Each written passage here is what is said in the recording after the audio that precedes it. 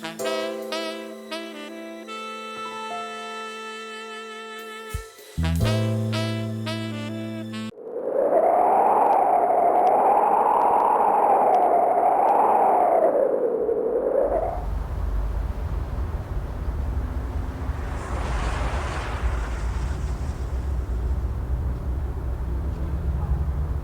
teeth are chattering. No, they're not. It's him. Detective Durkin, I'm here. Are you on your way? Yeah, sorry about that. I've got a lot of paperwork piled up. I won't be able to make it. What? I've been waiting here a half hour. You there? Good. Take a look around and let me know if you find anything. Take a look around? For what? You know the deal. I can't tell you. Yeah, I know. We'll pay you the usual rate. Talk to you soon. He stood you up again? Yep.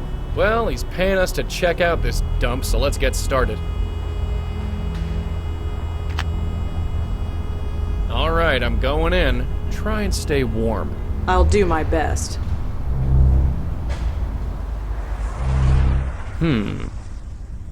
Hello? Anybody there? Anything? Not yet. Let me look around a bit, I'll get back to you.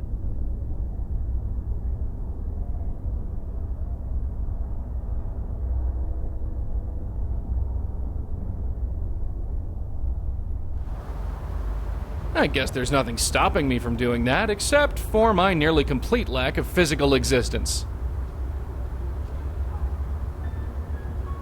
Huh? Hello?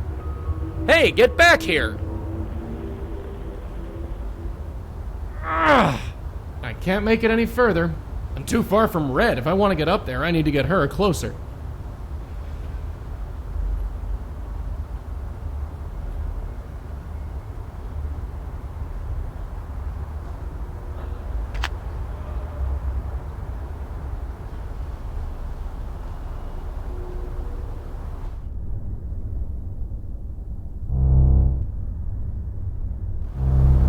Well, we definitely got a spook. We do? A woman. Only got a brief look at her before she buzzed off. Why didn't you go after her? She's too far away. We need to get you inside to bring her within range. Fine, let's hurry then. It's freezing out here.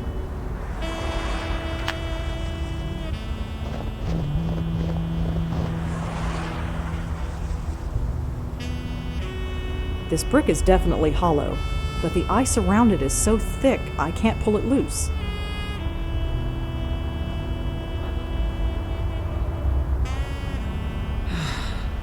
The cost of this coffee is so going on my expense report. There, it's melted. I better do whatever I need to do before it freezes again.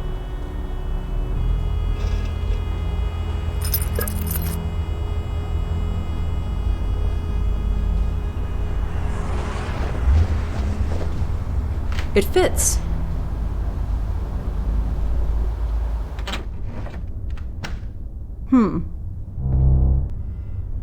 Nice place, huh? It has its charm, I guess. Yeah, it's got something all right. Come on, we have a spook to chat up.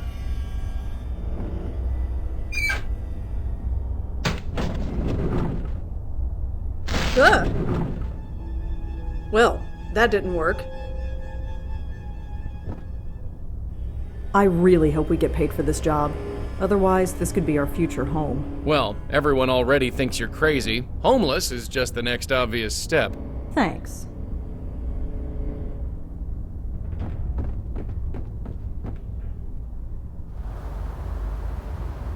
Even if I cleared it away, I couldn't climb the stairs. They're completely collapsed.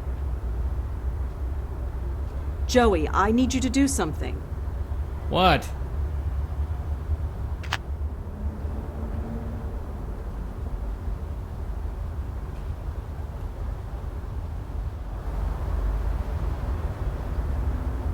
Hello?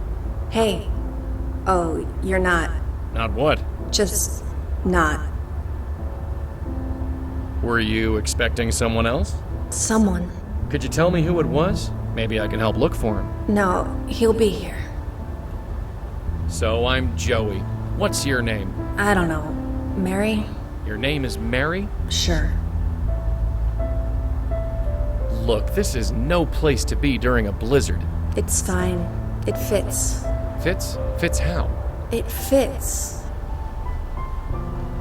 Mary, could you tell me the last thing you remember? How'd you end up here? I was here. And before that? The words, no, that's not Not what? how it works. I have to get going. Take care of yourself, Mary.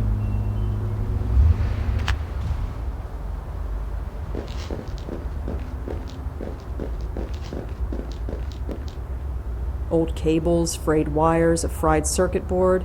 There's an old fuse at the bottom of the pile. Looks intact.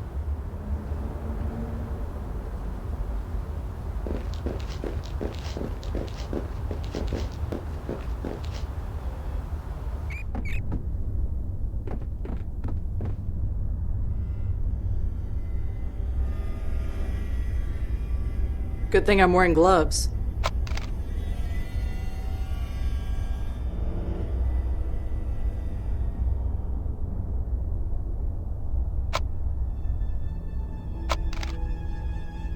Something must have shorted. It's stuck in the on position.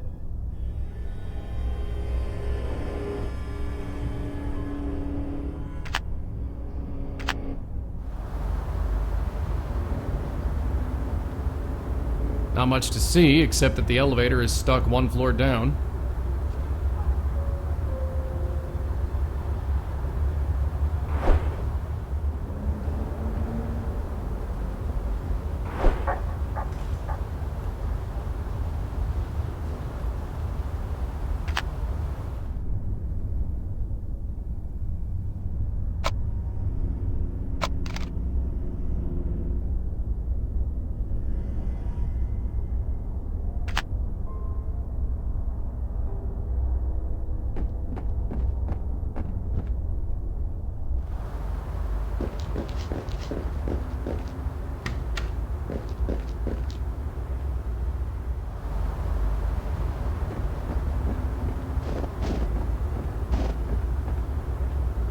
It's definitely some kind of memory card.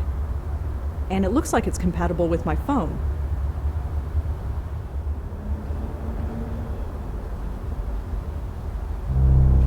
Hey, you find something? I think so. Take a look at this photo. Is this her? The ghost, I mean. Yeah, sorta. She looks a lot better in that photo, I'll tell you that much. Look at the file name. This was a headshot photo.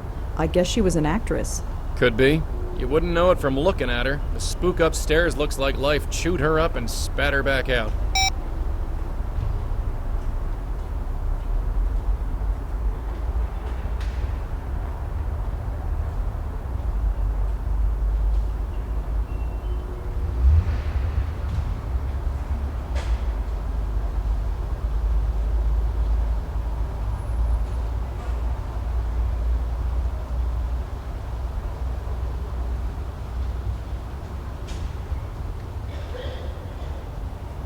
There must be hundreds of names on this list. I'll never find what I'm looking for just by reading it.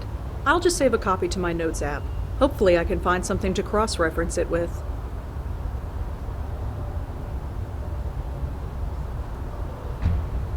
If Mary was a member of the Gotham Collective Theater Group, she's probably on this cast list. Gotcha. There's only one Mary who was a cast member. Mary Meehan, who was a cast member of a play called The Riverwall.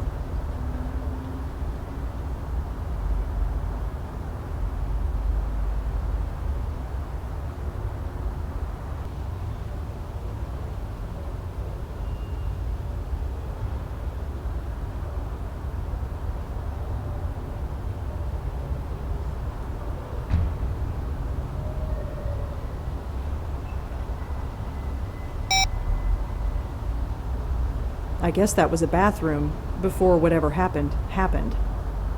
I'd admire the view, if it wasn't so damn cold. Can't say much for this building, but the view from here is something else. I'll take your word for it. I can barely look out there 5 seconds without the snow covering my glasses. Right, I forgot. You have to suck the romance out of everything. Just saying.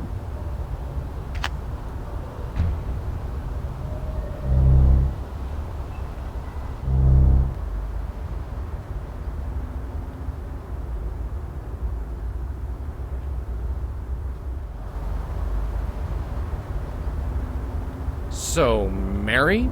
Uh-huh. So I read that review of your show. You did? Yeah, I'm sorry. Mary? I thought I could get away from it. Become just another face in the crowd.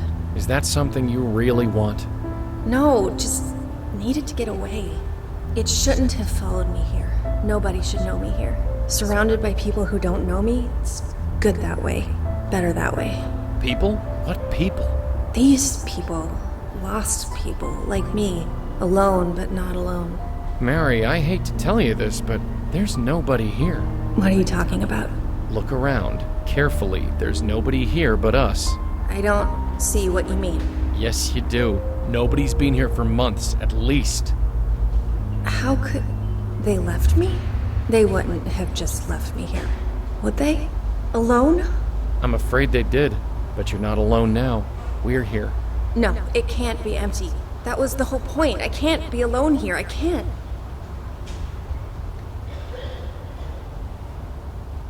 Where is everyone? Hey, do you know where everyone is? I'm afraid everyone's gone. Gone? Why would they be gone? And without telling me? Without me knowing? I would have remembered. I would have noticed. What did you notice, Mary? Huh? You weren't thinking too clearly before. You are now. Come on. Get away from me. I don't belong here. Not anymore.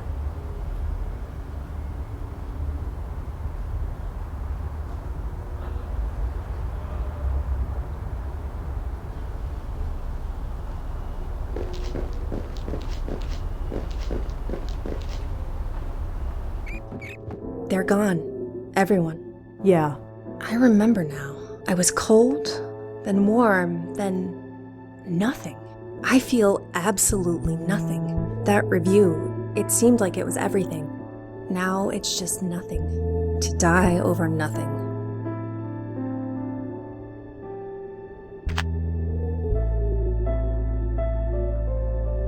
Mary, I'm gonna have to ask you to take this. What is it? Just trust us, Mary. We're here to help. Okay.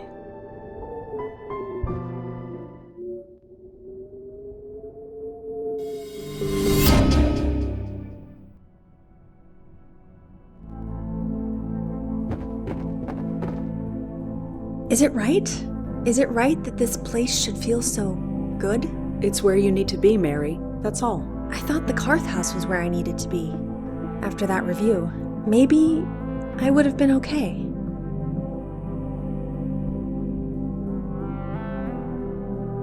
I don't think it matters. What matters is, are you okay now? Yes. I've never been so sure of anything before, but yes, I'm okay. Listen to me. I'm dead, but I'm okay. It's time to go, Mary. Yeah.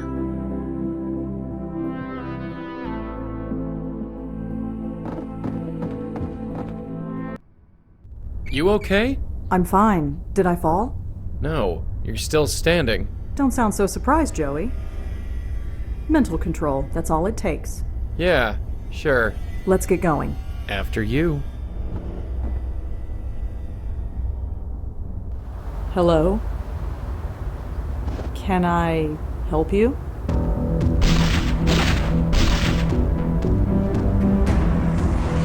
Oh, not yet.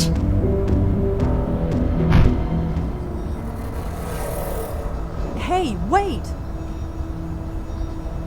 Durkin, It's me. You need to send someone here right away. Someone's been shot. shot. Who was it? What happened? I don't... Hello? Blackwell, what's going on? Sir? Hello? Are you? We're here to help. Don't worry.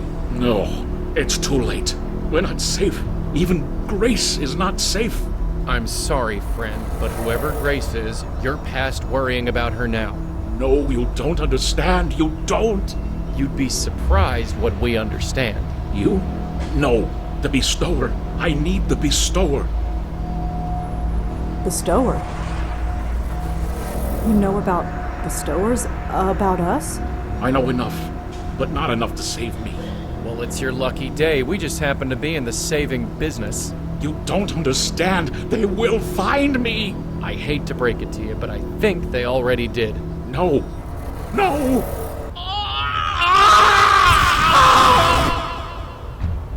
Holy... Did you see that? What was it?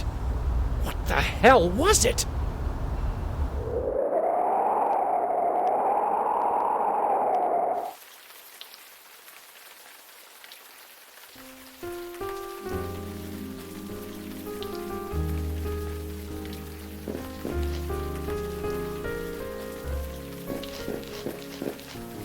So, I guess this is it. I believe so, my host. A tailor shop, huh? You think they've got anything in my size? A lost soul in need of saving, and you want to rob its place of business. Look at this dress I'm wearing. It's ruined. I figure I'm owed. Duty first, my host. Petty theft after. I'll see. It's covered with gunk. I can't see through it. What do you know? Locked.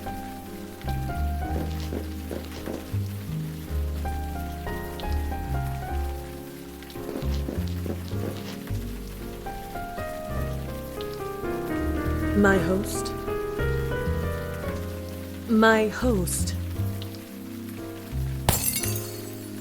Sorry. You say something? Certainly nothing that matters any longer.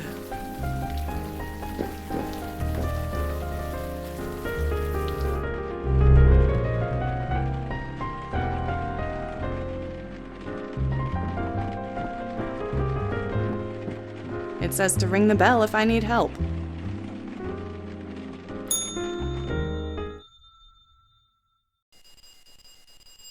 Danny? Danny, someone's out front! Danny, where the hell are you? Sorry for the wait, ladies. My assistant seems to be out. What can I do for you?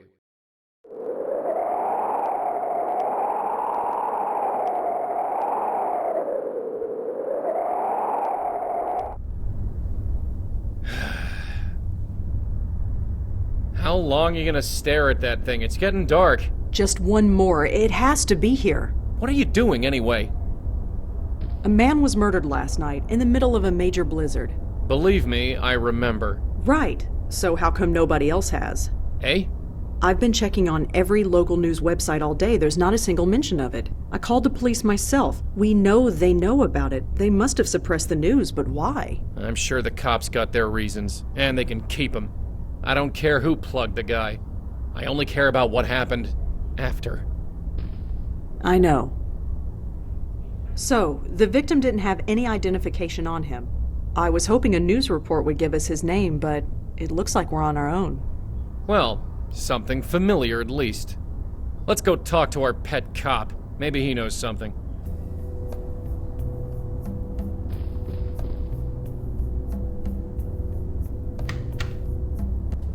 Thank God the coffee stands are still open. I think I'm really going to need them. It's your dime, sweetheart.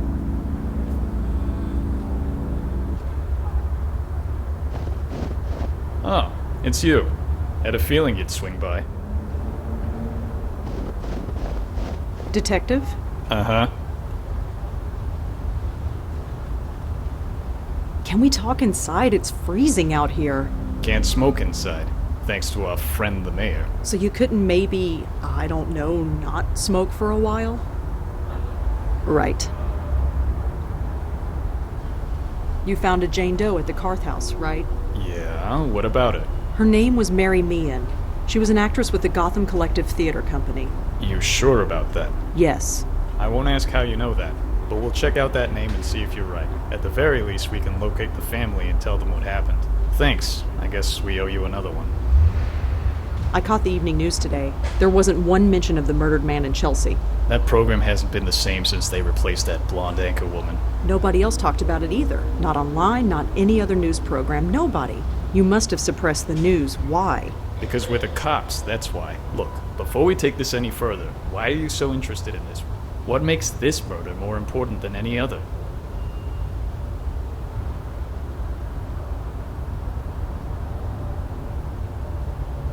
He was killed right in front of me. And what, suddenly this makes it personal? Well, kinda. It might have something to do with me. Uh-huh. And why is that? Why is this murder so important?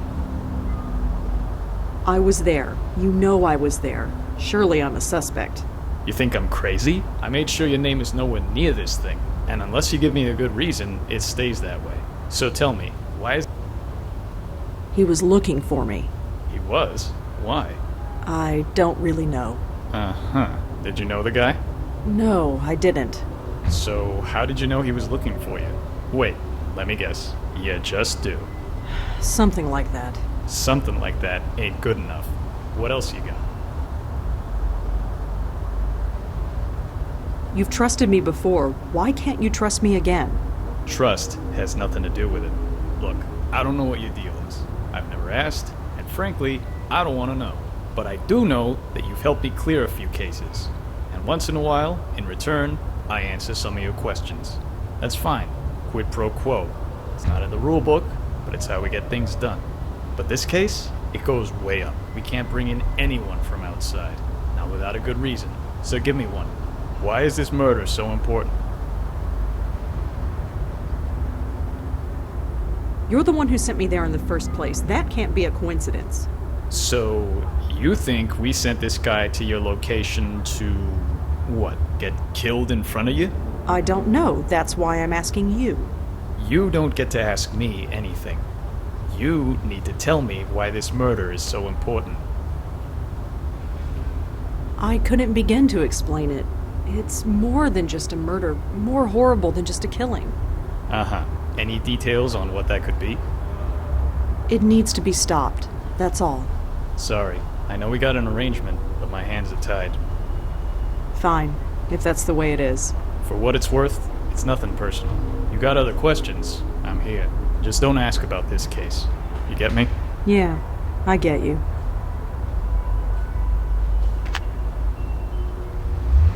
Keep our friend busy. I'm gonna sniff around.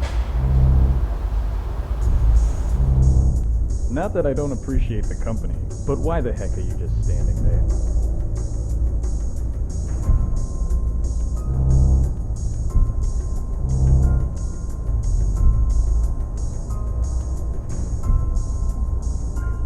Aha! There's our guy. His name is George Austin, according to this note. Looks like he lived on the Upper West Side. That's definitely the spook we saw. According to this note, his name is George Austin.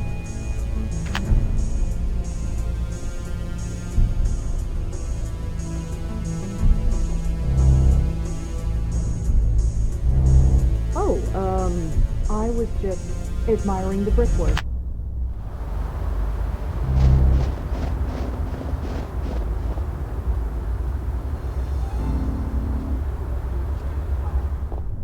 This is some lobby. Careful you don't break anything, we'll be in hock for life. Well, your life anyway, not mine. He's watching my every move.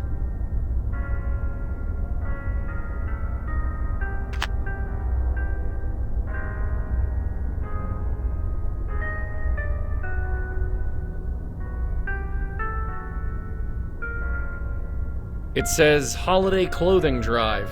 It's cold this winter. Please leave your old clothes in the box below for people less fortunate than you. It's signed by George Austin.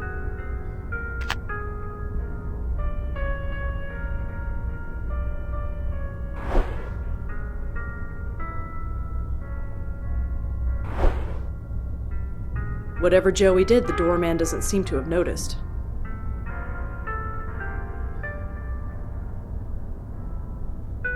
Better not do that again. The door guy might notice.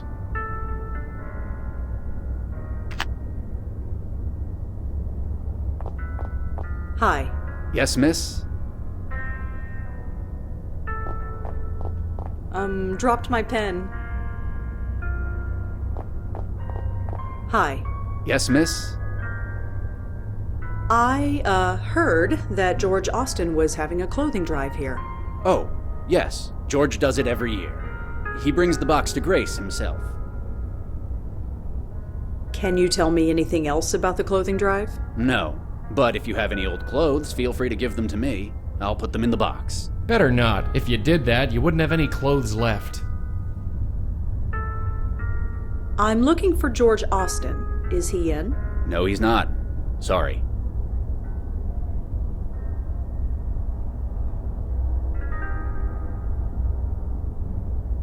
You said that George takes the clothes to Grace. Yes, he does. He has an attachment to the place, even though we've got a fine church in this area. Church? So by Grace you meant Grace Church?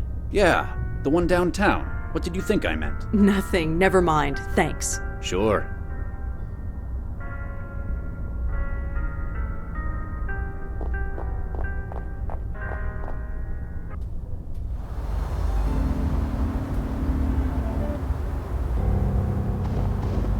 Huh, a church. Of all the places. Really? Ghosts don't like churches? Being a ghost has nothing to do with it. It leads into the church. It says Grace Church. Of course, we knew that already.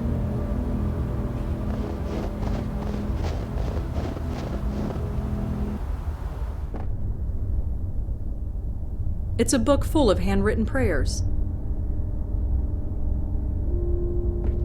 With this sample of George's handwriting, I might be able to find something written by him. This book is full of prayers written by the church's congregation. They're all anonymous and they're all written by hand. Gotcha.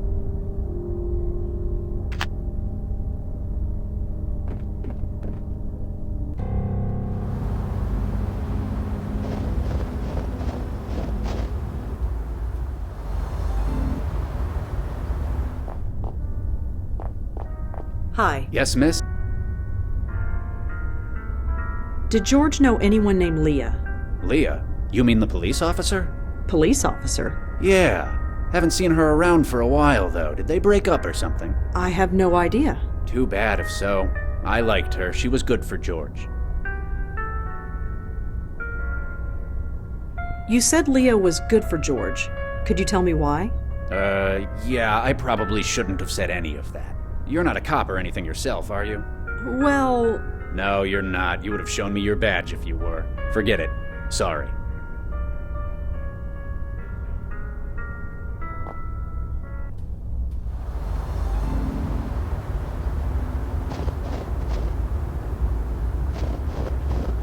Detective? Uh-huh. So, George Austin was involved with a police officer named Leah. That's it, isn't it? All the secrecy. It's because the police are involved. You want to get us both in trouble? Of course not. I want to help you. Look what I discovered already. Look, I keep my distance from you for a reason. I know you got your sources. I don't know who they are, but you have a way. That goes without saying. Leah Piero is a fine detective. Don't let anyone tell you otherwise. Maybe you can help, maybe you can't. But I know you're gonna stick your nose in no matter what I say. Sorry, but I have to. Yeah, I get that. I can't stop you, but I can't help you either. You're on your own. Believe me, Detective, if there's anything I'm not, it's on my own. Well, just be careful. Well, see you around. Uh-huh.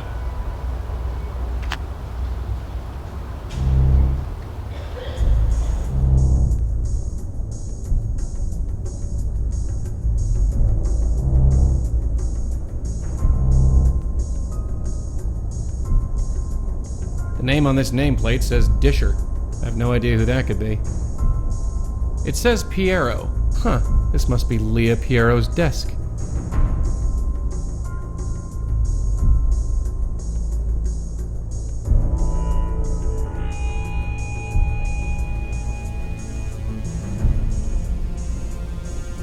This folder seems to be full of old expense reports. Too many to go through even if I could open it. The journal is labeled Midtown Jaywalking Citations 2001 to 2004. Interesting light reading. Cute kid.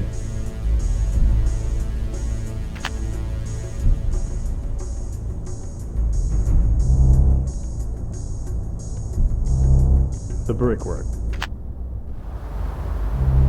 Hey. I don't know where you're going, and I ain't gonna ask. Just don't step on any toes, okay? We cops can get pretty touchy when it concerns one of our own. Yeah, so do I.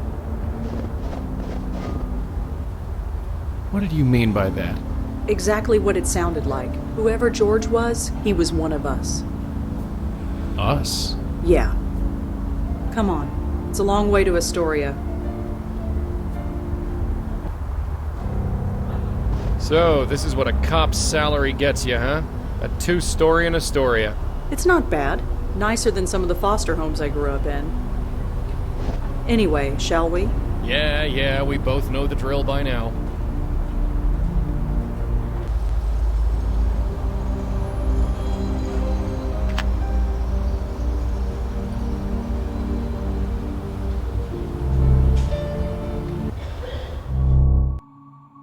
Hello? Anything?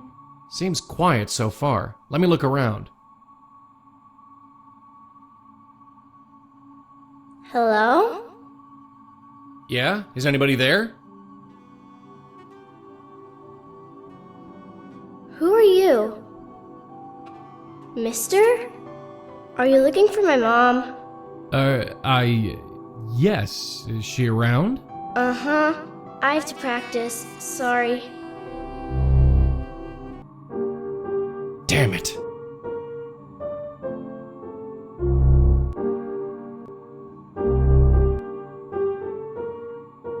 Seems to be in good shape. She looks 10, maybe 11. Too damn young either way.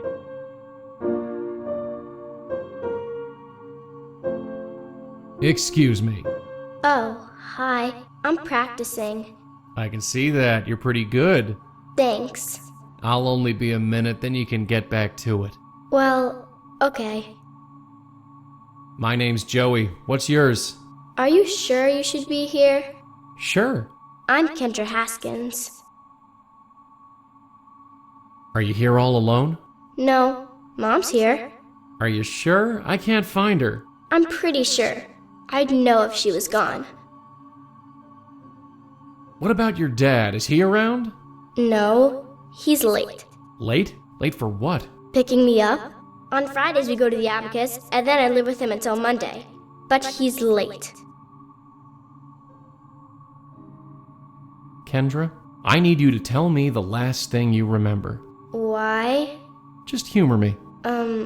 I was coming home from school, and I came here. That's it.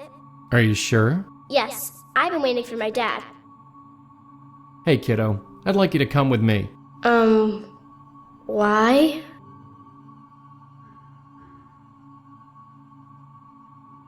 I'm gonna take you to your dad. Dad? Yeah, he couldn't make it, so I was asked to take you. What should I have for breakfast? Eh? Breakfast? What should I have for breakfast? I have no idea. I have to practice.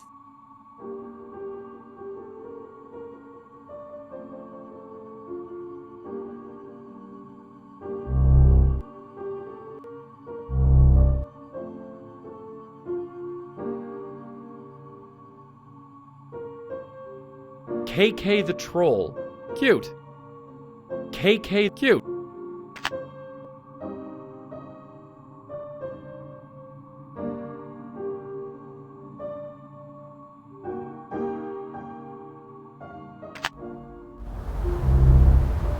Joey, you all right?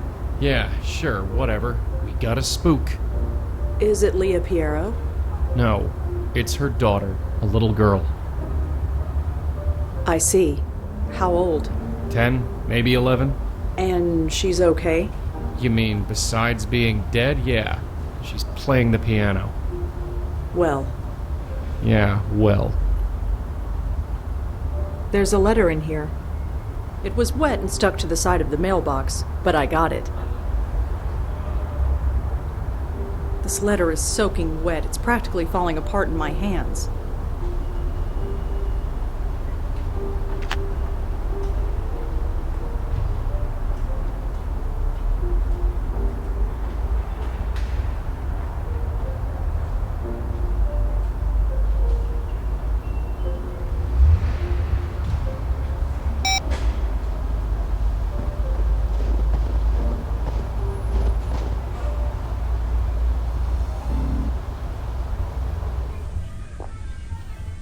So Kendra's dad is the boss of this place?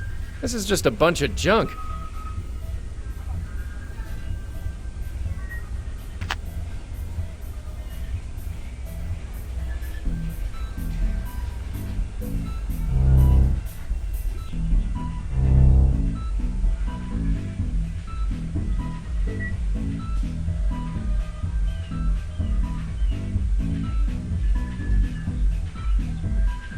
Huh, whatever I did, it worked.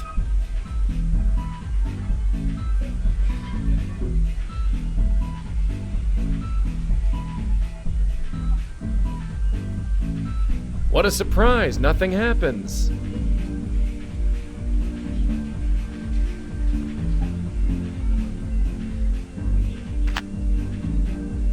It says call Joe.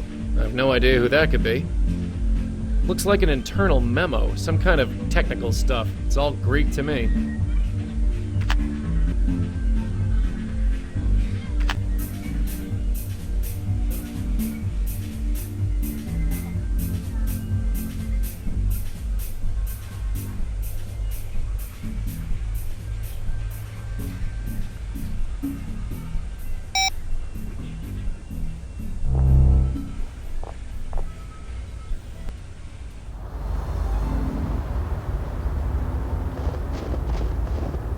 It says Exeter House.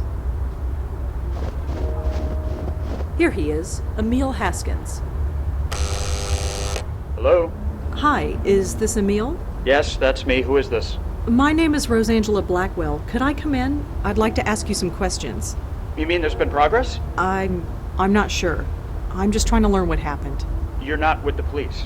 No, they won't talk to me. I'm hoping you will. They won't talk to me either. Come on up. Rosangela Blackwell, was it? Yes, that's me. Come on in.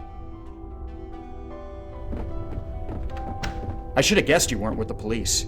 I've spoken to enough cops lately to know the difference. So, you said you're trying to learn what happened? What exactly do you know?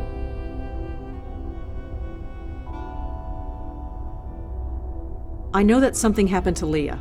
Is that all you know? Yeah, I'm afraid so. She's been missing for weeks, that's what happened. Big shot police detective. Poof, gone. Then, our daughter. So yeah, something happened. And nobody seems to be able to find out what. George Austin was killed last night. What? George is dead? You didn't know? No, of course not. You think the police tell the ex-husband anything? Ex-wife and daughter go missing. I'm suspect number one. How did it happen? He was shot. Shot? Jesus. I can't say I liked the guy. Leah dumped me for him after all, but Jesus. I always figured he was into something shady, but I thought it was more white collar.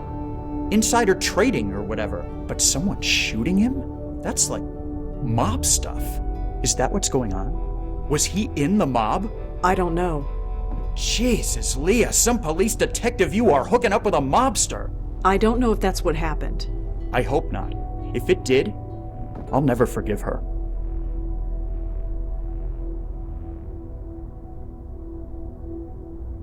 You work at the Wired Abacus? Yeah, real glamorous, right? I wouldn't know. It's a job, is all I can say. I'm able to afford the rent on this shoebox apartment, at least.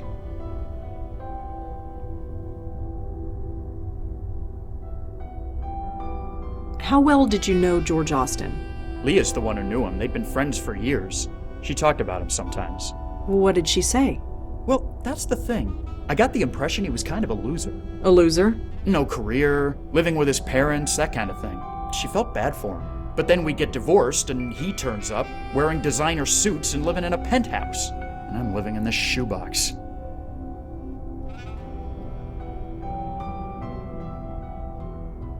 Are you familiar with Grace Church? Me? No. But Leah used to go there before we were married. She was really hung up on the place. What did you do when Leah disappeared? Got grilled by the cops for 3 days, even though there was no way I could have done it.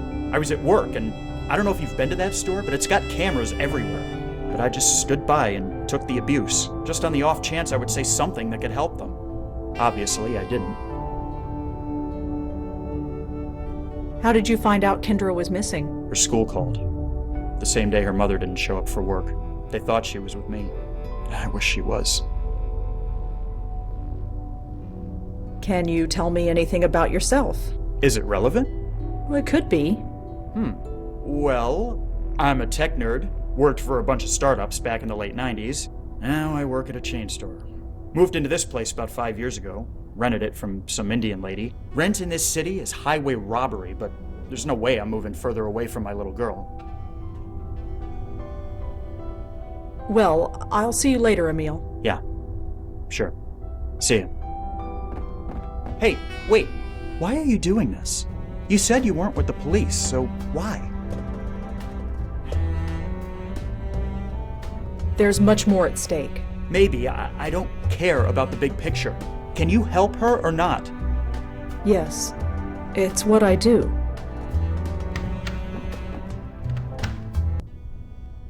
Poor guy. He's grieving, and he doesn't even know it yet. It never gets easier.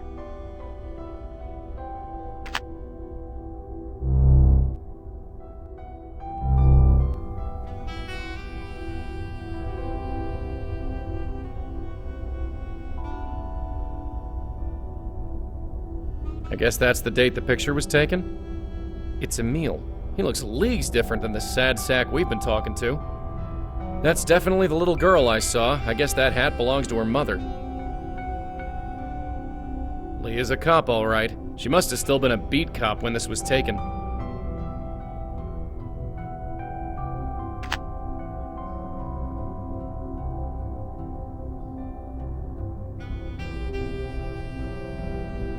Emil is in here, lying on the bed and staring at the ceiling.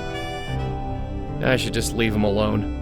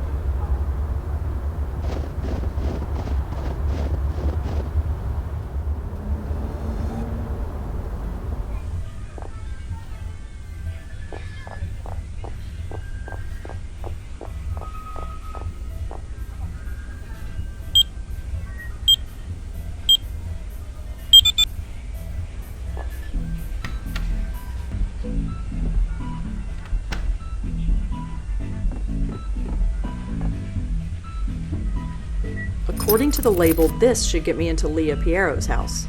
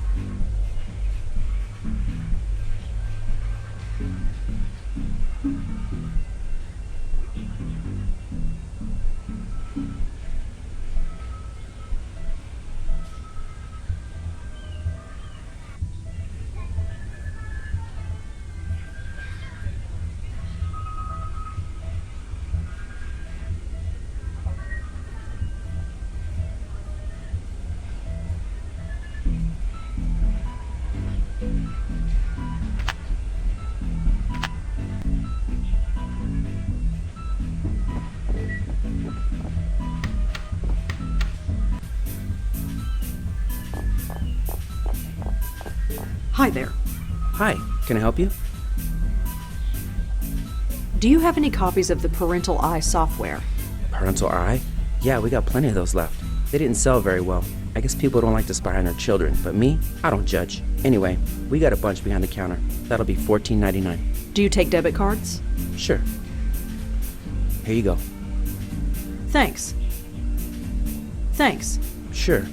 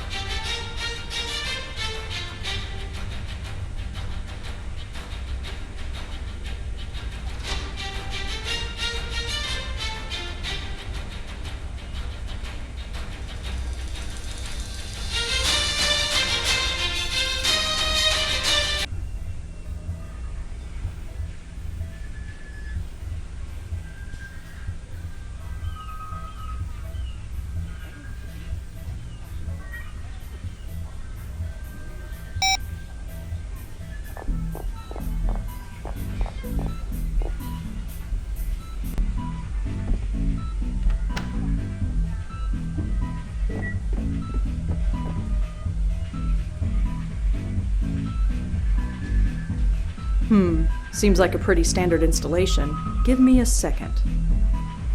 All right, it's ready to go.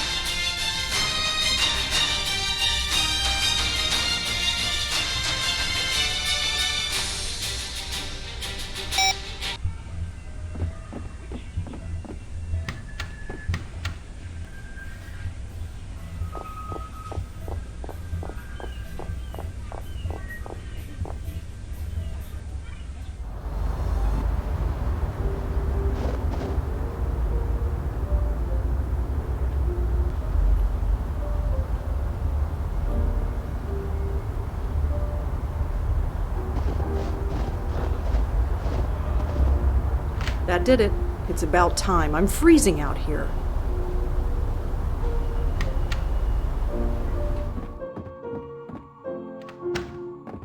It's freezing in here. And it's not from the cold. Oh, good. You feel it too. I was worried it was just me. What is it? I don't know. Nothing nice, that's for sure.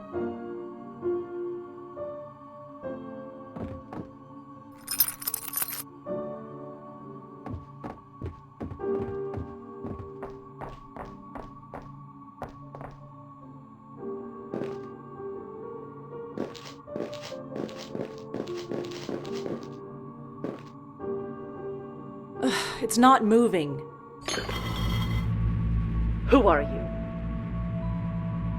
Hello? Leah? Is that you? That's Officer Piero, and you don't get to ask questions. You can't see it, but there's a Bushnell 22mm rifle aimed right at your head. Step into the middle of the room now. Good. Now turn around. Face the shelf. Now I repeat, who are you? I'm Rosangela Blackwell. I'm the bestower. The bestower? You're the bestower? You? As far as I know. Thank God. You have no idea. No idea what it's been like. Hiding in this little panic room. Waiting, not knowing. Not knowing what? What exactly is going on? Wait, you mean George didn't tell you? No, he died before he could tell me anything. Died? George is dead? Yes. I'm sorry. Did you save him? His ghost? Spirit? Or whatever? No. Leah? Sorry, we were close. Towards the end. He was a good person. A bit lost maybe, but we all were. He didn't deserve that. Hell, none of us do. Leah, I need you to tell me what happened. Of course. George didn't tell you. He couldn't have told you. He won't be telling anybody anything ever again. Leah, please. Yes, I know. It's just hard to say. I mean, who could I tell? Who would believe me? Emil? Corey? Sam? God, they must be worried sick. There was no time to say goodbye, but at least we're safe in here. Sorry, did you say we? Is someone else in there with you? Yes, my little Kendra. I didn't want her to get mixed up in all this, but I'm going to save her too if I can. Where are you? Behind the wall, in a little room. The room has been specially sealed. Nothing physical or spiritual can harm us in here. We have enough supplies to last us a few more months, but we probably won't need it now that you're here. Leah, Kendra is dead. I'm sorry. I know that. Of course I know that, but sometimes I can pretend she's just sleeping. She's still. So still. But her spirit is still with me. I can't see her, but I can feel her, sense her. It helps. Leah, are you sure Kendra's spirit is in there? Of course. She has to be. I had to bring her here with me. I had to keep her spirit safe.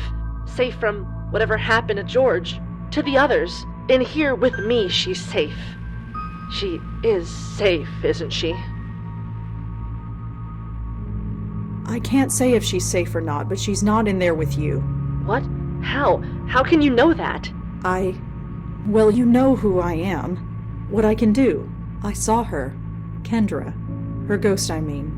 She's not in there with you. I'm sorry. You saw her.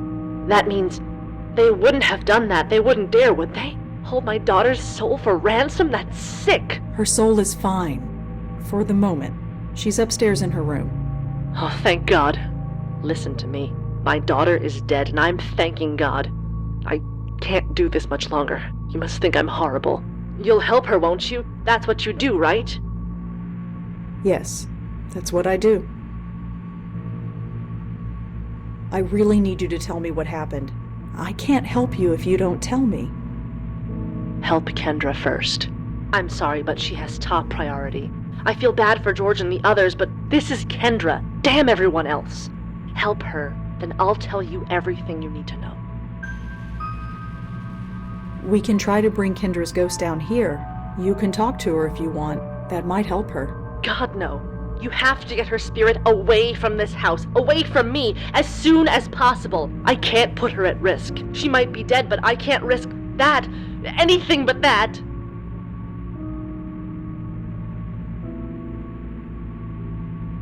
What does Kendra like for breakfast? Breakfast? What does that have to do with anything? I don't know. She keeps asking about breakfast. Oh, the password. Password? If I was busy on a case, I'd ask a colleague to escort Kendra home. She didn't know everyone I worked with, so I taught her to ask them, what did I have for breakfast? And if they replied, prunes and a Danish, she would know they could be trusted. It was supposed to keep her safe. I'm going to leave now, Leah. I'll be back I'll be back. Just one question before you go. How is she? Does she know that she's, No, but she will. That's part of how it works.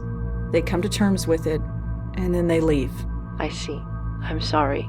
I'm sorry you have to do this. This whole thing just spiraled out of control. Yeah, it always does.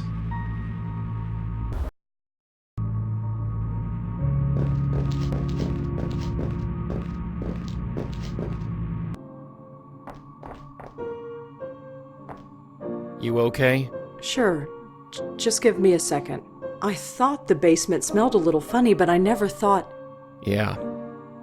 Take all the time you need.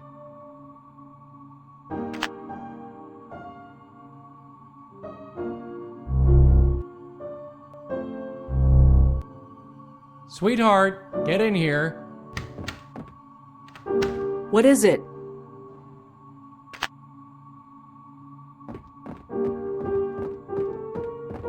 Hi, Kendra? Uh-huh. I'm a friend of Joey. You met him earlier? Oh, cool. Anyway, I should practice now.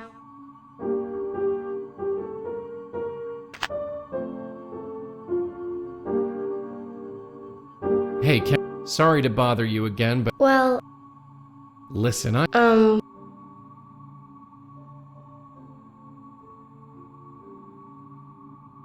Look, your dad... What should I believe the answer is prunes and a Danish? You're really going to take me to see Dad? You betcha. Okay, let's go.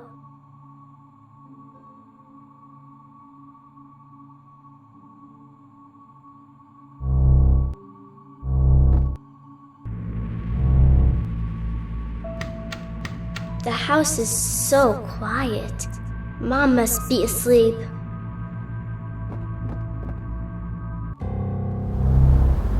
It's snowing!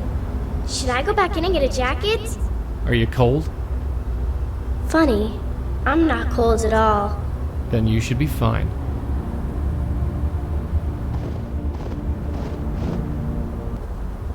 Hey, Joey.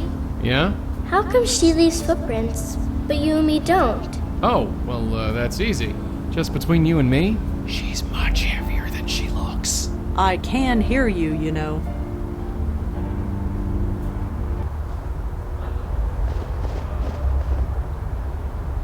This is it. Thanks for taking me. I've got my own key. I can get in on my own. Sure, you be safe now.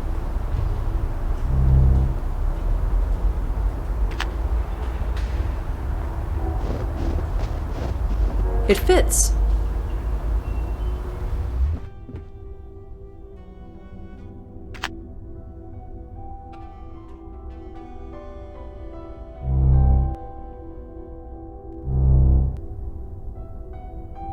He's asleep. Yeah, he's had a rough time of it. Does he know? Know what? Does he know that I'm, you know? No, he doesn't. Not yet. Good. Do you remember what happened? How it happened? Not really. I remember being with my mom. It was dark and cold, but she was telling me everything would be alright. That I would be safe. I'm sorry. I'm so sorry. Why? It's not your fault. Doesn't matter. This kind of thing shouldn't happen. Lots of things happen that shouldn't. It's just stuff. Yeah, stuff. So, what now? Just come with me.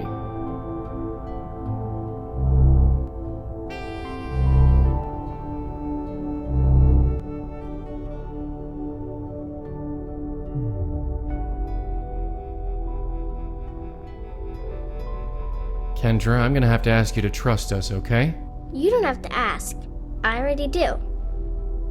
Fair enough. Come over here. Just take a hold of this. Okay.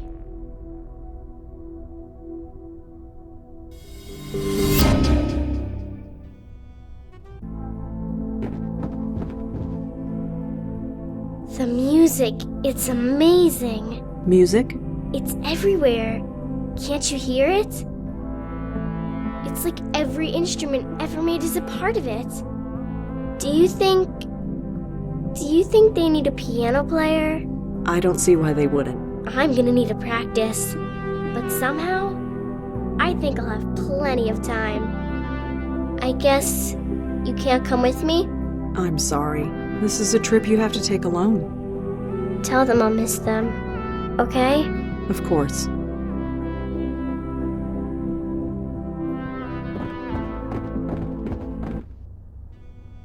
Ugh. Still standing, at least. Yeah, bright side.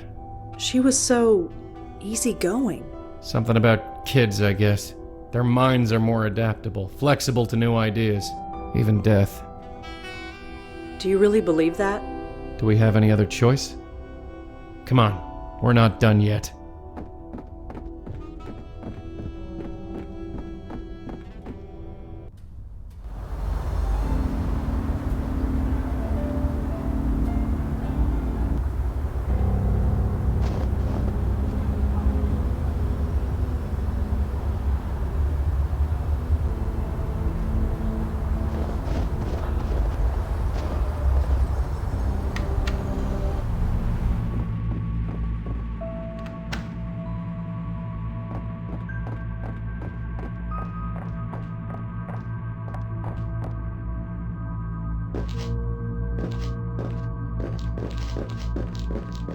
Leah, are you there?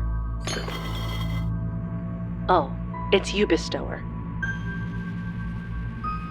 Kendra is safe, Leah. You mean she's... She's moved on. She said goodbye to her father, and she said she'll miss you.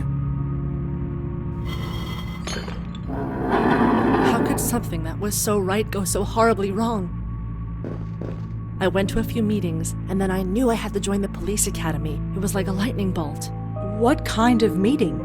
We were all so lost, so hungry for direction and not knowing where to go.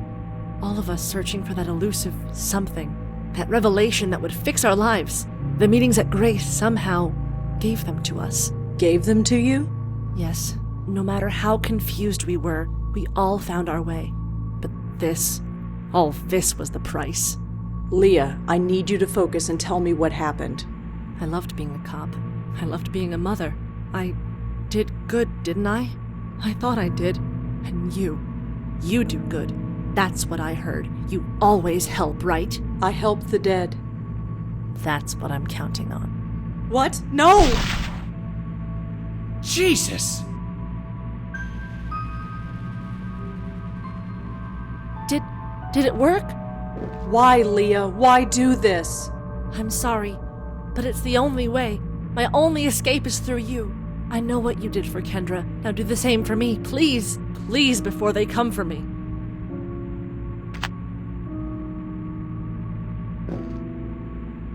Okay, Leah, here's how it works. That's Officer Piero to you, and I know how it works.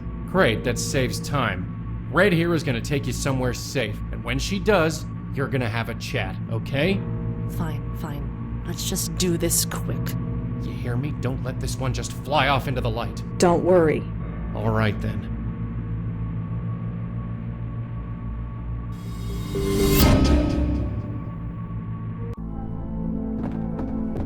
It's so quiet here.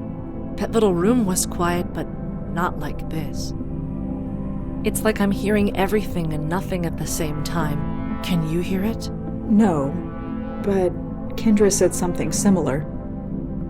Is she out there somewhere?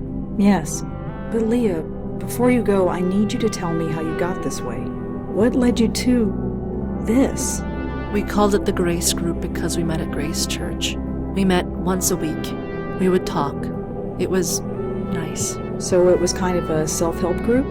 Kind of. Kind of? What did you talk about? Funny, I don't remember. All I know is that it worked. For all of us. It was like magic. We all learned what we were meant to be. I joined the police academy and never looked back. George discovered a love of art, made a killing as a dealer. George, he won't be out there, will he?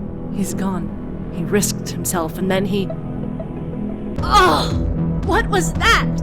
Oh no, Leah, get through the light, quick! I can't move. How did they find me? Here of all places.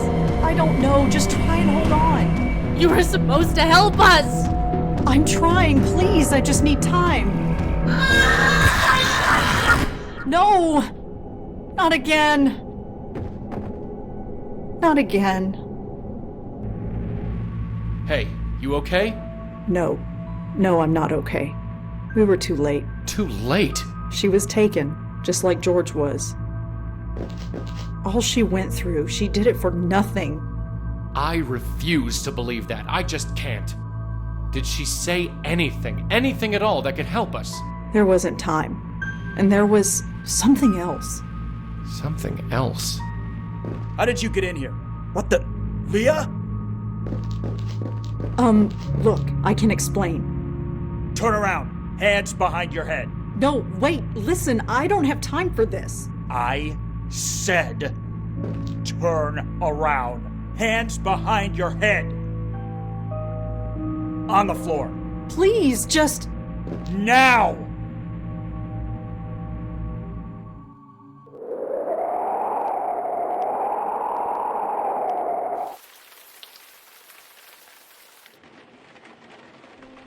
Sorry for the wait, ladies. My assistant seems to be out. What can I do for you? Are you the owner of this establishment? My name's on the sign. Ah, so you are Malone. That's me. And you are? My name is Madeline. And your friend? Jocelyn Contis. Pleasure to meet you both.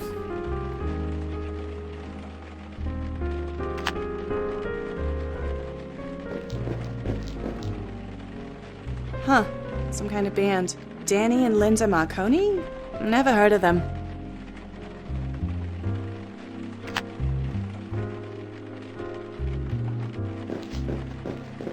Hey. Miss Contis, what can I help you with? So, did you see who smashed up your window? What are you talking about? The window looks fine to me. Right. Of course it does. Totally agree with you. You into music? I saw that poster on the wall. Oh, that's Danny's thing. Danny. The guy who runs this place with me, him and his girl, Linda. They're in a band. If you can call it that. They play weekends, sometimes. He wants to make it big, but, But what? But nothing. Danny just needs to focus on earning an honest living, that's all. Do Danny and Linda have regular gigs? I don't know. Why? I might want to hear him play.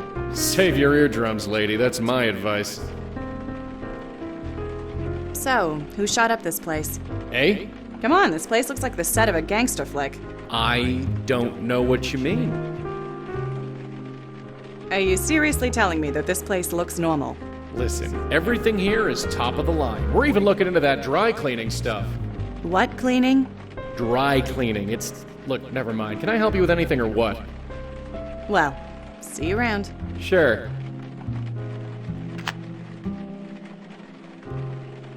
Malone. Hi there. What can I do you for?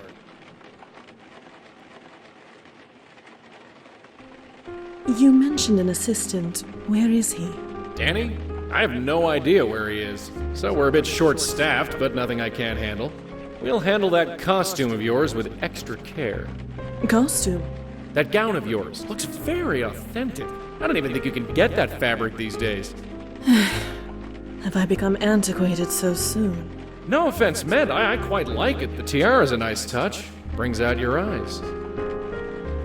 Well, I always thought so. But you are mistaken. We are not leaving my costume here with you.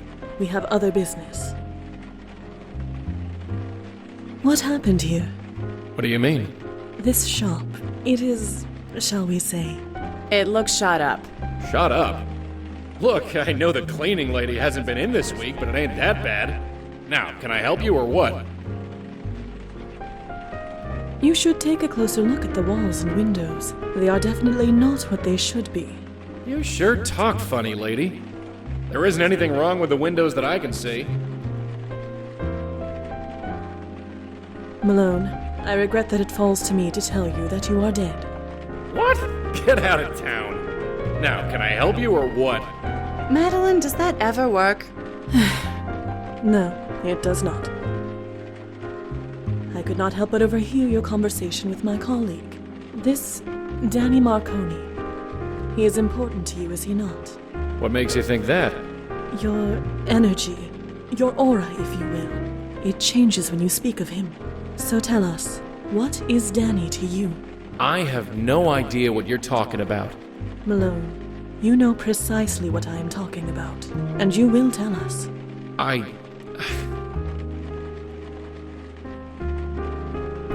assure you, you will feel much better once you do. I'll feel much better once you leave my shop. I could leave, as you request, but I don't believe you want me to. Not really. Well, do you?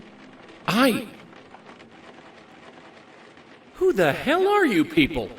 We are here to help, nothing more. You are so close now, so close. Why is everything so confusing?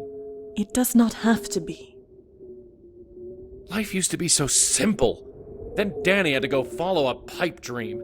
He had to make deals with club promoters he couldn't pay. So they showed up here. I told Danny to stay away while I tried to talk some sense into them. And did you? He got away. That's what's important. At least, I think it is. I'm not so sure anymore. I understand you now. You are adrift. You are scared. But there is nothing to be scared of. Come here. My host? Yeah, sorry.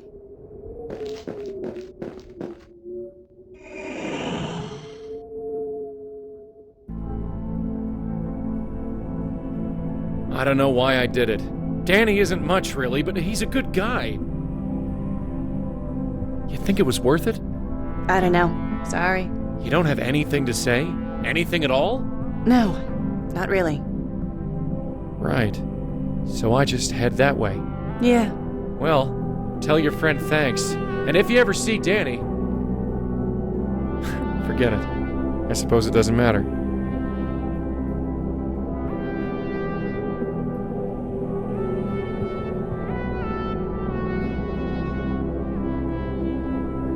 My host. My host, are you all right? I knew you'd follow me in here. You can never give me a minute's peace. You should not stay here too long. Or what? I'll die. I get it now. We all thought my uncle was nuts, but he was just numb. He just stopped caring. About anything. Who could blame him? Trust me, my host, it is best to push those feelings aside. Why? It is what must be done. That is all. What does it matter? Listen to me. In time, you will feel differently. Differently? Yes. This will all feel normal. Normal? I don't want this to be normal. Many of your predecessors felt the same. In time, things changed. I'm going dancing, Madeline. Don't wait up.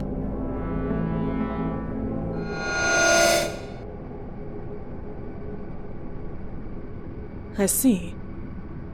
I suppose after all this time it was inevitable that one of you deciphered the method. But do you think it will be that simple? It will not work. Do you hear me? It will destroy you.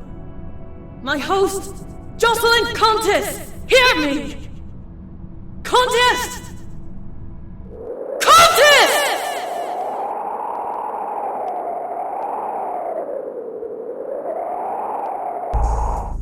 2:23 a.m., Detective Corey Palmer conducting interview with Rosangela Blackwell. Detective Sam Durkin also present. So, Miss Blackwell, tell us again why you were in that house. Say nothing. Tell them nothing. Keep your teeth together. We'll get out of this. I was looking for Leah. And you just happened to stumble over her rapidly cooling body? I didn't stumble over anything. It just happened. This type of thing doesn't just happen. Fine. Next question. What happened to Detective Piero? She shot herself. That's a lie. Why would she kill herself? She just wouldn't. Enough, Palmer. You saw the paraffin test. Leah fired that weapon. I refuse to believe that, Sam. Believe what you want. Those are the facts. Well, here's some facts for you.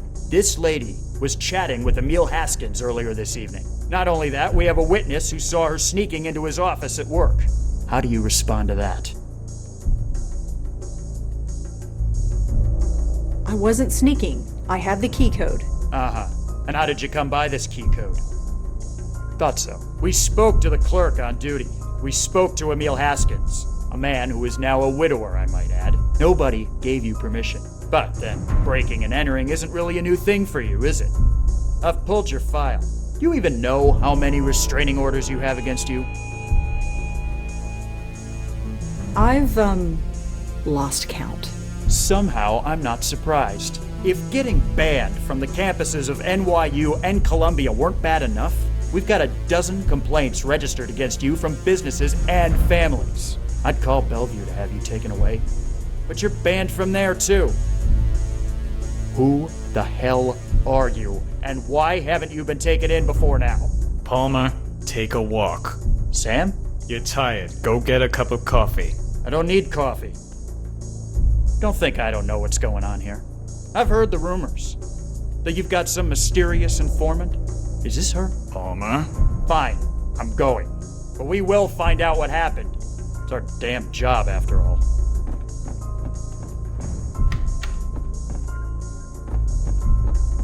So, you happy now? Of course not. I only wanted to... What? Help? You think you helped anyone here? There's something much bigger going on. So you said. But we cops, we like things simple. Not you, though. You make things complicated just by walking into a room. What are you trying to say? Officially, we're pursuing every lead.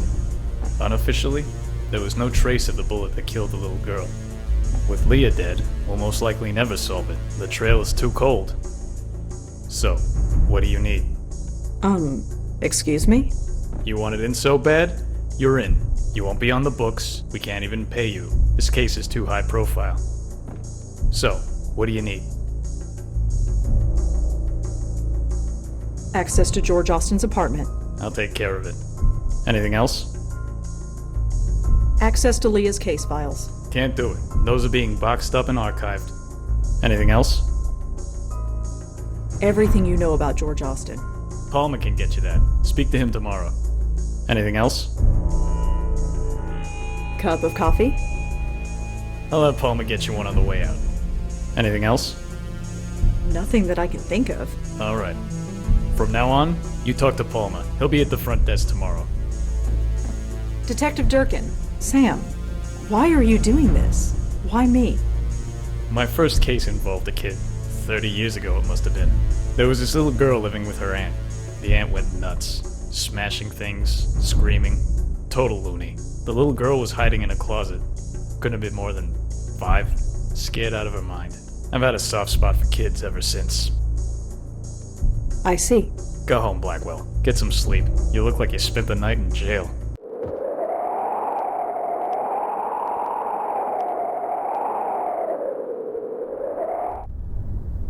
Huh. The press are having a field day. Lots of theories, but nothing approaching the truth. You expect anything different? Just be glad your name didn't get leaked. That's the last thing we need. No trace of the Grace Group either. Then we best get out there and do what we do.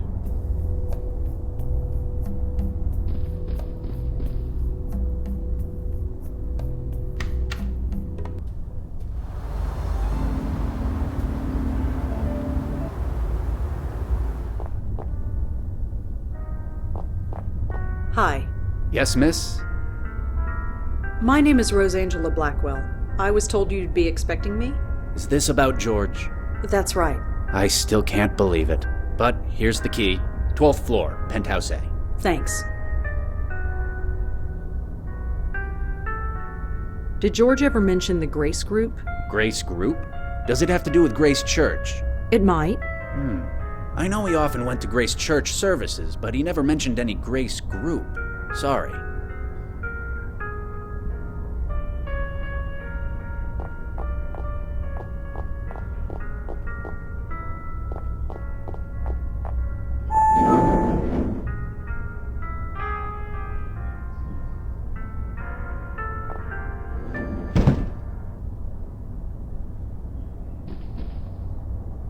It's a tablet computer. Looks like it's still in the charging dock. Whoever this Michael is, he seems to know quite a lot.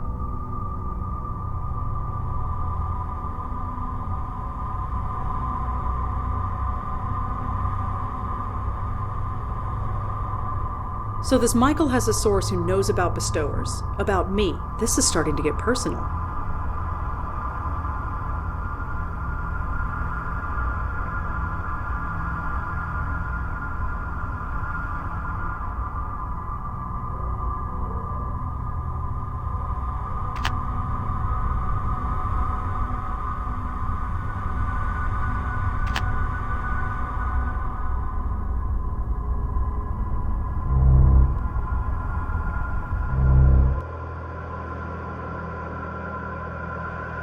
A handsome stranger on the roof.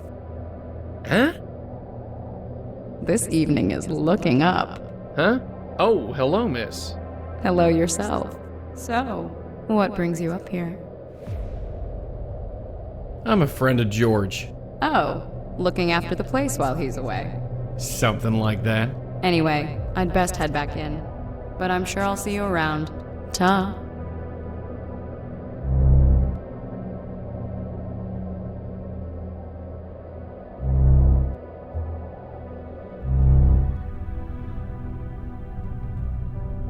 Hi there. Well, if it isn't my handsome stranger. Coming to pay me a visit? Sure. So, what brings you by? So you actually live here? So to speak. Yes? Why are you so surprised? Well, this place is kinda, well, empty. I live alone. That's not what I mean. Look around. There's nothing in here. What on earth are you talking about? Never mind. Who are you, if you don't mind me asking? Cute. Very cute. Huh? Wait, you're serious? Well, isn't this delicious? It's so rare that I get to be the mysterious one. My name's Joey. Joey Malone. Why don't you tell me yours? You honestly don't know who I am? I'm afraid not. I admit, I'm fascinated. I know your name, but you don't know mine. It's not often that I'm in this position. So, are you gonna tell me or what? I think not. I want to savor this for just a little while longer. So what is this? You famous or something? Or something. Come on, you know my name. It's only fair. I can't tell if you're being genuine or if you're just playing with me. Why not both? Well, the night is young. See if you can figure it out. So, about this place. I might not have the highbrow taste that George has, but my furniture is just as serviceable as his. And twice as comfortable, I might add. Could I ask you a couple questions? You don't even know my name, and you want to ask me questions? Well, maybe if you actually told me your name. No. Like I said, this is way too much fun. Listen, it's really important that you tell me who you are. What on earth could be so important? It's complicated. No, I don't think so. I'm enjoying this way too much. Well, whoever you are, I'll see you around. Say hi to George for me, if you see him.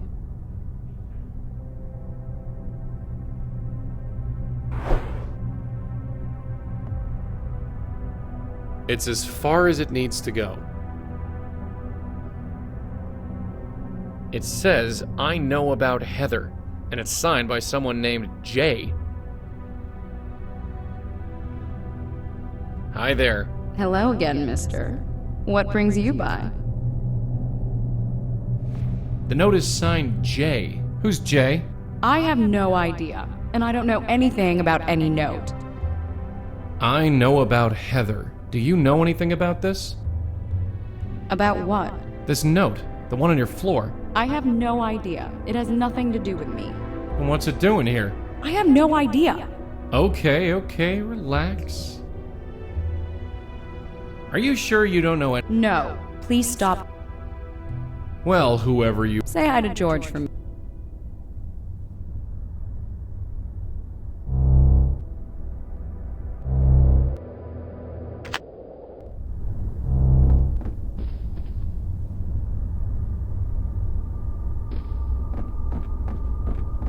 Bok choy, garam masala, quinoa, branzino. It's either a shopping list or a voodoo spell.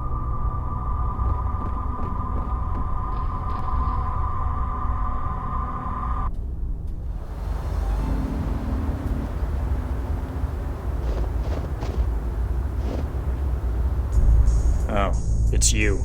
Sam told me you'd be swinging by. Hi, Corey, was it? No, it's Officer Palmer. So Durkin told me to speak to you? Yes, I heard. Congratulations, I guess. I don't know why you're so special, but orders are orders. Need any information from us, I'll see about getting it to you.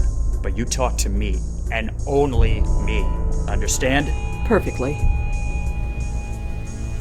I'm sorry about Leah. Don't even go there. I don't care what you saw, or what the evidence says. Leah wouldn't kill herself.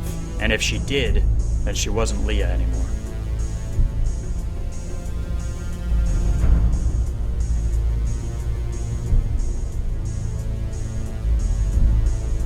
Does this phone number mean anything to you? Not really, but I can trace it for you. Trace it? Run the number, see who it belongs to. Within reason, anyway. Where'd you find it? I found it on George Austin's phone. Oh, we ran that number already. You did? Yeah. It belonged to Grace Church. Probably calling for donations or something. Yeah, or something. Thanks anyway.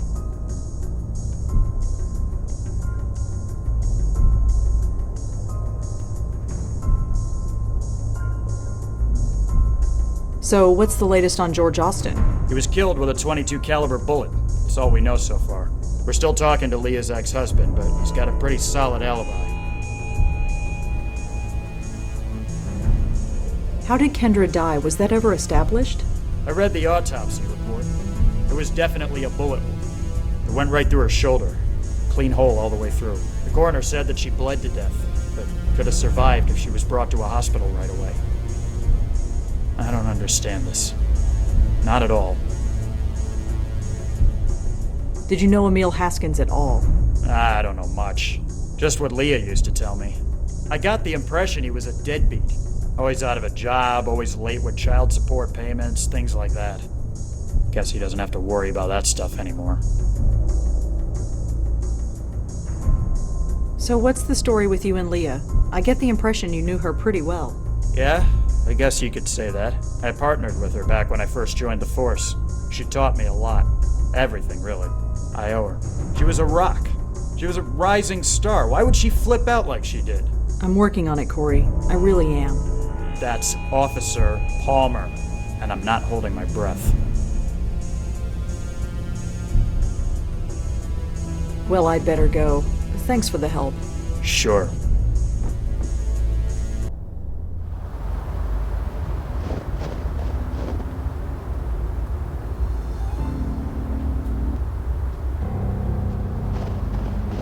If the people who go to these churches worry about their souls so much, they should try dying sometime.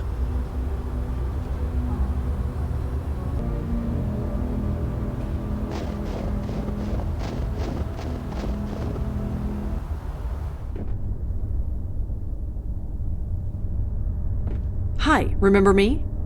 Yes, and would you please keep your voice down? Sorry. I'm Rosangela Blackwell. Father Gabriel Ullman. It's pretty quiet here tonight. God's house remains open despite the weather. If anybody needs us, we are here. Why the whispers? There isn't anybody around. That makes no difference. The tranquility of this place must be maintained, whether anybody is here or not, especially on a night like tonight. Do you know any Michaels? In my line of work, I know more than I can count. I checked with the police. This number belongs to a phone in this church. A man I'm looking for made a phone call from this number. His name is Michael. It's very important that I find him. I'm afraid I don't know who you're talking about. I am sorry. The telephone that uses this number, where is it? Why would you need to know that? Michael used the phone. Maybe he left a clue behind when he did. And he could have used any one of a dozen offices in our administration wing. Really? Over a dozen? Yes. So, if you want to locate Michael Cooper, you'll have to find another way. Wait, Cooper? Pardon? You said Michael Cooper. Isn't that the gentleman you're looking for? No, I just said his name was Michael. So you did. Slip of the tongue. My apologies. It is quite late and I'm tired. Well, thanks. I'll be going. Stay safe. This is not a night to be outside.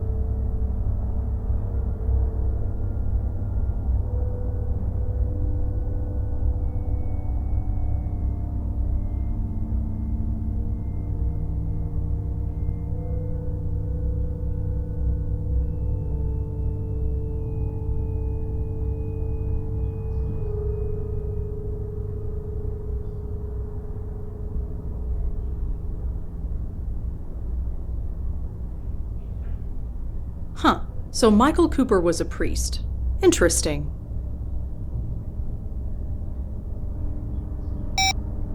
Excuse me. Yes. Michael Cooper. He's a priest too, isn't he? So? So, it's a pretty big coincidence, wouldn't you say?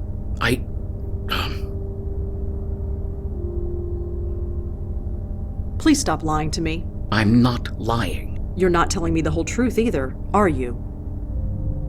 I made a promise. He came to me scared, begging me to protect him, to give him sanctuary. He was ranting. I should have turned him away, but we roomed together at the seminary. We were close friends once. What could I do? You can take me to him. He's raving. He's mad. He says he's in a battle for his very soul. Is this true? Yes. Yes, it is. He's in the school. It's closed for the winter break, so it seemed like a good a place as any to hide him. Here's a key. The entrance is around the corner. Please, do whatever you must. Just don't come back here. Don't worry.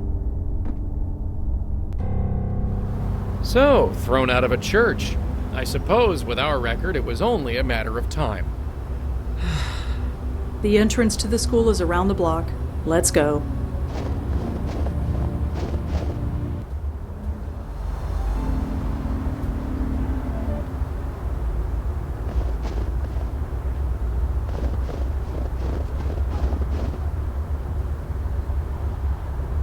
The Lord is my shepherd, I shall not want.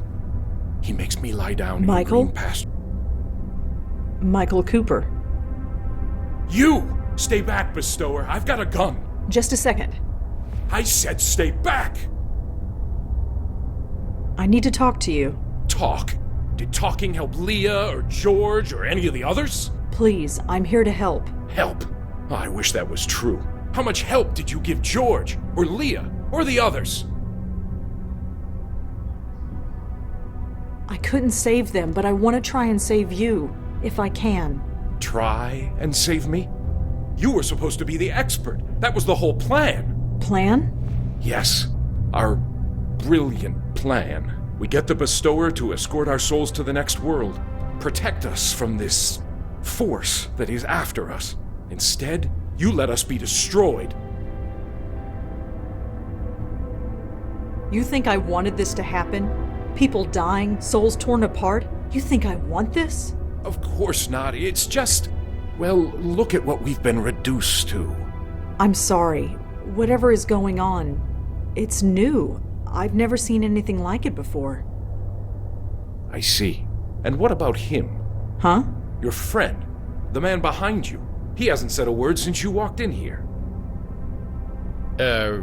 Me? Do you mean me? Yes, you. Don't look so surprised. How else could I have known who you were? Now get out of here. You've been nothing but trouble ever since George went to look for you.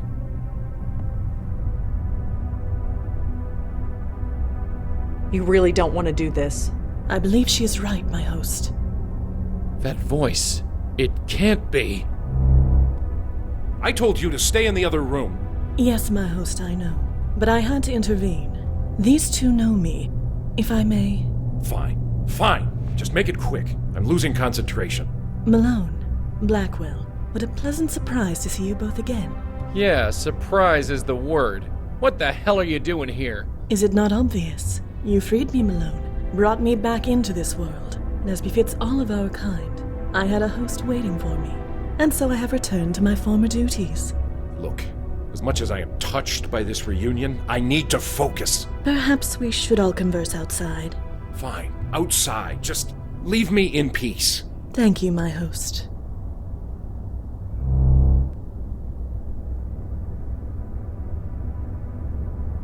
You're a bestower too? What gave it away? The spirit guide who won't leave me alone? Look, maintaining this circle leaves me a bit cranky. Sorry. If you can help, great. If not, well, I've made my peace with it. Just go talk to her. She's outside. I need to concentrate. He leads me beside the still waters. He restores my soul. Blackwell, Malone, it's been a long time since we've been able to converse.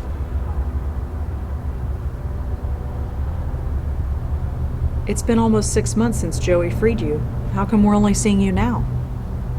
I admit the transition hasn't been pleasant. I have had 3 hosts since returning to this world. The first was an old man on the edge of death. He lingered for 6 weeks before finally succumbing to the inevitable. When the old man passed, I became bound to his niece for a time. She ran every time she saw me. I tried to keep my distance, give her time to adjust, but in the end, she fell down the stairs in an attempt to flee. The poor woman died, and I was passed to her brother, and the man inside. Do you know what's going on? Why are these souls being attacked? I do not know. I wish I did. Like you, we saw it happen. We saw a soul being torn apart and could do nothing. I'm afraid my host became a little unreasonable after that. Why was George looking for me? We needed a bestower. A proper bestower. My host and I were not up to the task. Eh? It might be due to my time in the void. It might be because my host's soul has been marked by whatever is out there. But in any case, our abilities are limited. We cannot even help lost souls move on as you do. We can see them and talk to them, but that is all. Hence why we needed you. Lucky us. So what can we do? We don't even know what's going on. Our theory was that you could help move these poor souls into the next world before they were destroyed. But it appears that it did not achieve the desired result. You could say that, yeah. You must investigate. My host and I are restricted, but you two are not. If anyone can help uncover why these poor spirits are being attacked and stop it, it is you. So how'd you like being on the outside, as it were? I imagine it's better than being trapped wherever you were. I had hoped that I would pass on, that being brought back to the mortal world would force me to obey mortal laws. Instead, No, it is not to be. I have returned to my former duties, therefore I must have further work to do. But yes, it is nicer than being trapped in the void. Did I ever thank you, Malone? Not as such, no. Well, I must rectify that. Thank you. Yeah, sure. Anytime. You should really call me Rosangela. Forgive me. When you are as old as I am, all the names blur together. So I tend to address those I speak to by their family name. It is just easier that way. And less painful. I'm afraid it is a habit that is difficult to break.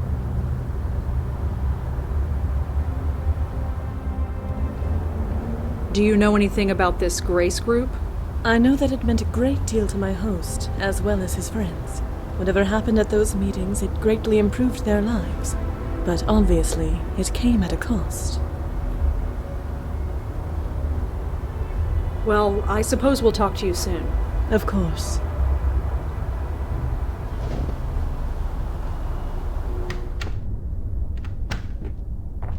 Father Michael? The Lord... Yeah?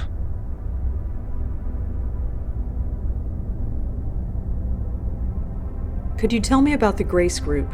It was some kind of self-help group? About 20 years ago, I was a very different person. I suppose you could call me an alcoholic, although I wouldn't have said it at the time. Then I saw an ad in the newspaper. It promised to help folks like me find their way. It seemed to be some kind of hippie self-help group, but I went to a meeting anyway. I don't remember much about the meetings, but somehow I had discovered that going to seminary school was something I had to do. It all made sense. Made sense? I just knew it was what I was meant to be doing, and I was right.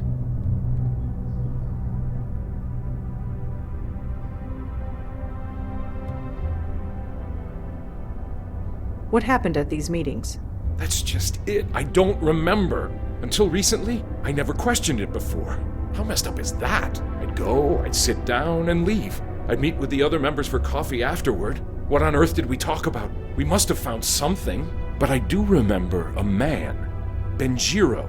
He ran the meetings. Benjiro? Yeah, Japanese guy. I don't remember anything else about him. How many people went to these meetings? There were 6 of us. You already know about Leah and George and myself. The others are dead. Who were they? Does it matter? They are dead. Their souls were taken. Even still, tell me. Jeffrey Dutta, Heather Goffstein, Peter Fielding. What is this circle? Oh, this. Madeline taught me how to do it. It prevents anything spiritual from getting to me. It takes some concentration to maintain, so I'm sorry if I seem a bit inhospitable.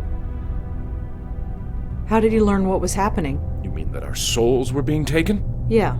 It was a few weeks ago. I was at the bedside of a friend.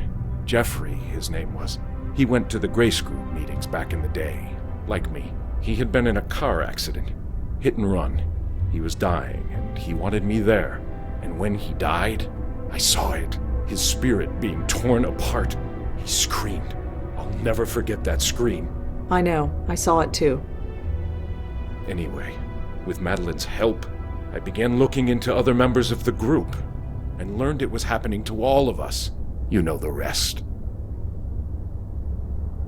So you're working with Madeline? Working? I guess you could call it that. I've been too busy being scared to give it any serious thought. So why'd you send Madeline outside? Her presence disturbs my concentration, so she's keeping as far away as she can until this is resolved. What about us? You're the ones who are going to save my hide. For you, I'll make the extra effort to focus. All right, Michael. We're going to go. Of course. Godspeed to the both of you. He makes me lie down in green pastures. He leads me beside this...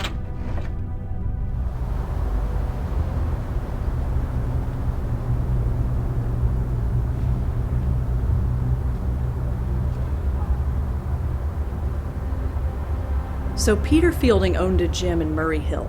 Worth a visit, I suppose.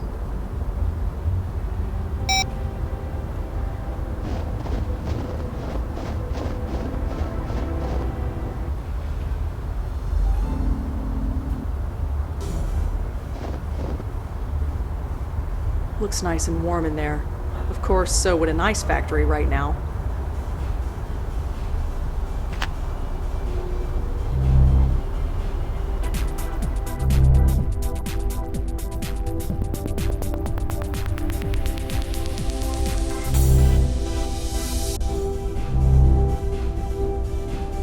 Nobody here. Hey, does it look right? Seriously, does it look right? Does what look right? The light bulb. I could swear it was blinking. It looks fine to me. Huh. I gotta do everything myself around here. Hey, friend, can we talk for a second? Are you sure there's nothing wrong with that light? I'm no expert, but it looks fine to me. Well, what can I do for you? Hey, is your name Peter Fielding by any chance? That's me. Why? No reason. You own this joint, right? Yes, I do. My dad built it. You could say it's a family business. Been running it around 20 years? Seems like yesterday. So what's the story with the lights? I don't know. It's driving me crazy. There's something wrong with them. I can tell. Well, like I said, they look totally fine to me. I'll just have to keep checking. So, how are you feeling? Fine. Why? You don't feel strange at all? What do you mean? Well, just hypothetically speaking, you don't feel like you're gonna explode? What, like indigestion? Not quite. I am on a strict diet of wheatgrass shakes and fiber. Indigestion is the last thing I have to worry about. Nice place you got here. Thanks. You looking to join? No, I really don't think exercise is gonna do me much good. It's amazing how many people think that. You're young. Your metabolism is still going strong. But time catches up with you before you know it. You're preaching to the choir, Peter, but I'm still not interested. Well, We're here if you need us. So, you run this place with your old man, huh? Sort of. He built it when he left the army. I took over long ago. So, you run... Sort of. Hey, I think I met a friend of yours, Father Michael Cooper. Michael? Now there's a name I haven't heard in a while. How is he? He's seen better days. I'm sorry to hear that. He'll pull through. He always has. Do you know Heather Goffstein? You know Heather too. Who don't you know? Well, I'm a people person. Wow, Heather. Haven't heard that name in a long time.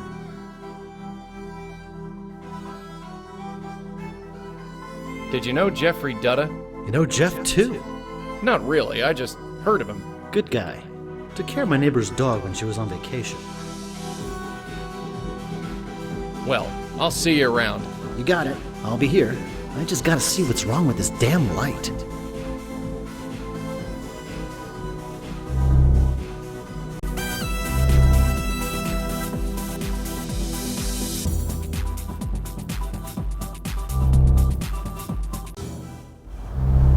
So I found Peter. Peter? Peter Fielding? Yeah, he's safe and sound. Spiritually speaking, anyway. Huh. Michael was sure that Peter's ghost was taken. Just between you and me, Michael doesn't look to be sure about very much.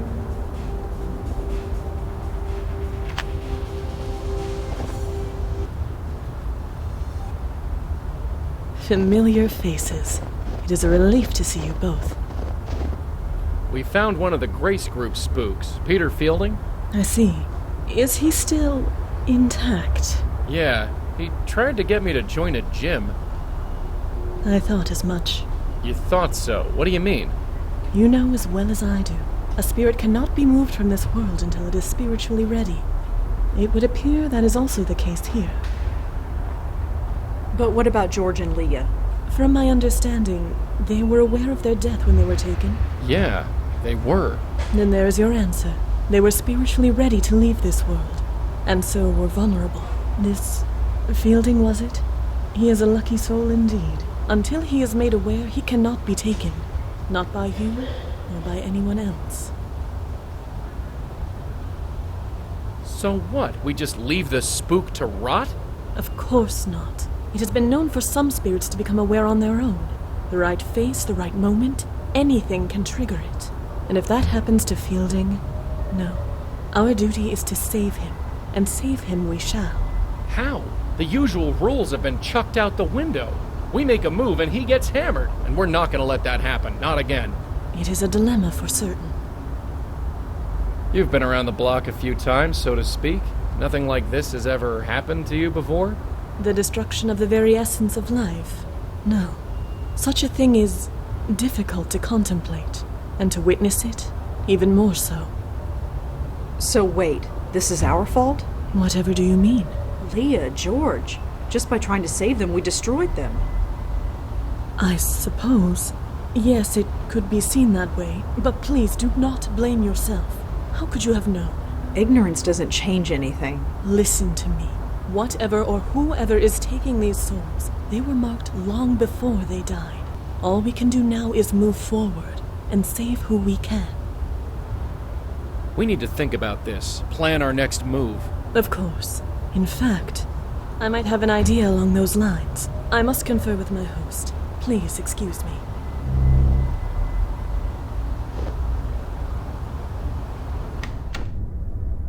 He's okay?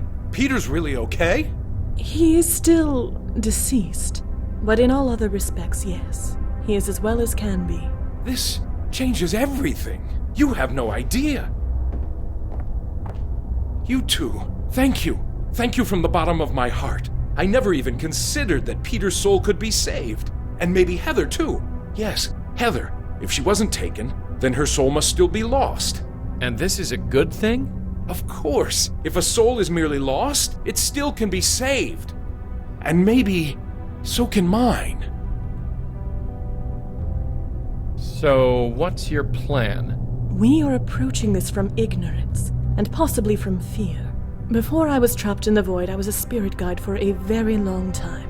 I can learn much from a spirit by looking at it, and talking to it. If Fielding's soul still exists, then it must be brought here. And Heather. Heather's soul must still be out there. And her as well, of course.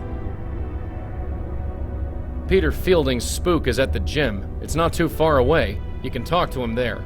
Are you kidding? I step out of this circle, who knows what could happen? If I die, there's a good chance I'll be an aware spirit, just like Leah and George, and then... Be at peace, my host. I would not ask you to do such a thing. Well, thank heaven for that. Besides, it is unnecessary. As you say, only spiritually aware souls are attacked. Since this Fielding is not spiritually aware, meeting him in his current state would be fruitless. We need to awaken him before I can determine anything about him. Won't awakening these ghosts destroy him? Aren't we trying to avoid that? Don't be absurd. We'll put them behind this circle. They will be safe there. And how are we supposed to do that? Spooks like me can't enter the thing. This might surprise you, Malone, but I did think of that. Come here. Take this. What's this thing? Call it a totem. It was made with some of my essence. The circle was created in much the same manner, so it will make a perfect focus. When you awaken a spirit, use the totem to send them directly here. They will remain safely behind the circle until we can determine the next course of action. So I'll be trapped in this circle with Peter and Heather's ghosts? I am afraid so, my host. Well, I suppose it can't be helped. And I guess it will be nice to see them again. Yes. I need to know everything you can tell me about Heather. Well, there was one thing. It was a confession of sorts, you see, and she trusted me. What was it? You don't understand. It was a confession. It might have been a long time ago, but it was still a sacred trust. I can't betray that trust. It goes against everything I believe in. Don't you think that under the circumstances, she would understand? I'm not sure God would. Does it really matter? What's the worst that could happen? You lose your soul? My God, when you put it like that. Heather was a prostitute. She wanted to confess, but didn't feel right entering a church. She might have been Jewish, judging by her name, but I think she just wanted to speak to someone who understood. Understood? Someone who had been to grace group meetings.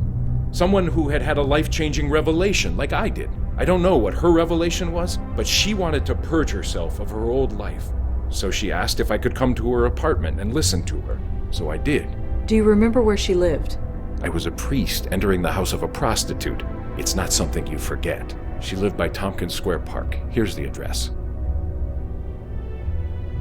Is there anything else you can tell me about Peter? Anything that can help us? No. Of all the people in our group, Peter was the one I spoke to the least. I think George once belonged to his gym, even took personal training sessions for a while. But George wasn't really the personal fitness type. I guess we should get going. Then I do believe our talk is concluded. I will return outside.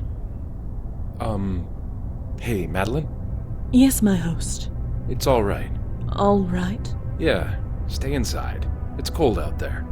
I don't feel the cold, my host.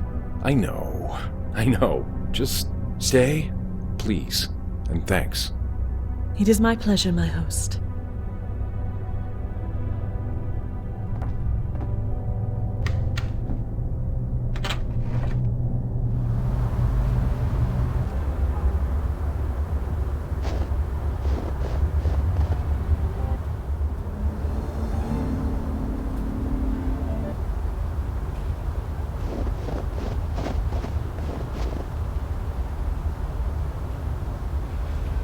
Some nasty spikes up there.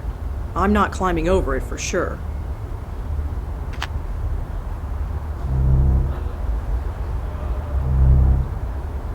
Hey, how'd you get in? Ah, hello, miss. Answer my question. How'd you get in? Oh, the gate was open. Is that all right? Sure, I guess. Just be sure to close it when you leave. I don't want to get in trouble. Excuse me, miss? Oh, hi. What's up?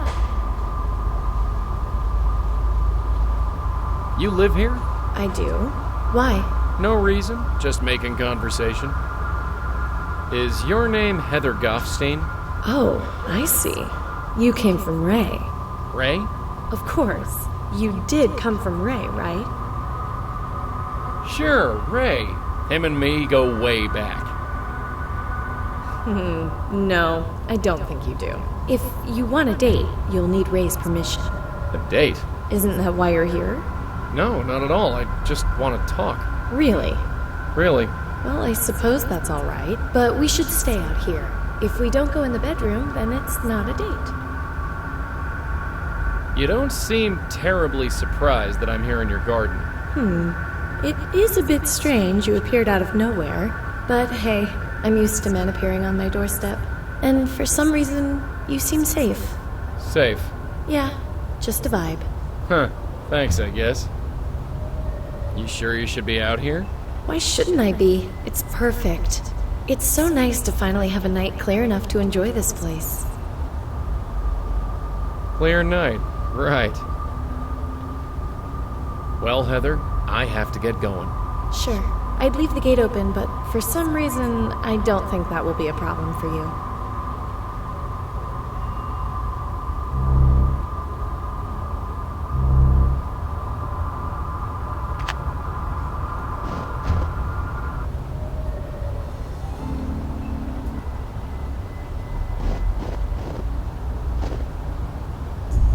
Officer Palmer? Yeah, what can I do for you?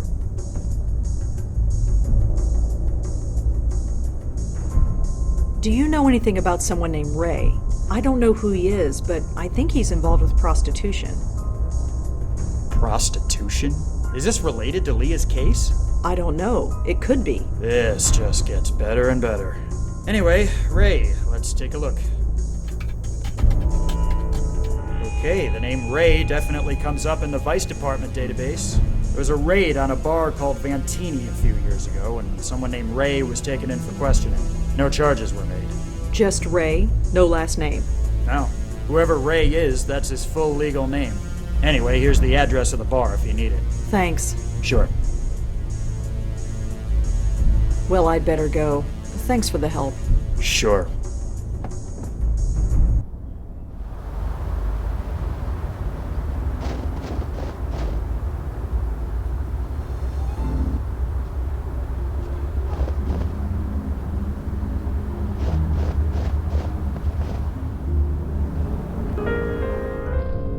Will you look at this, Denise? Someone brave enough to join us in this weather. Well, brave or stupid, anyway. Right. She must really like this place to be here in this weather. She looks kind of young to be working at a place like this.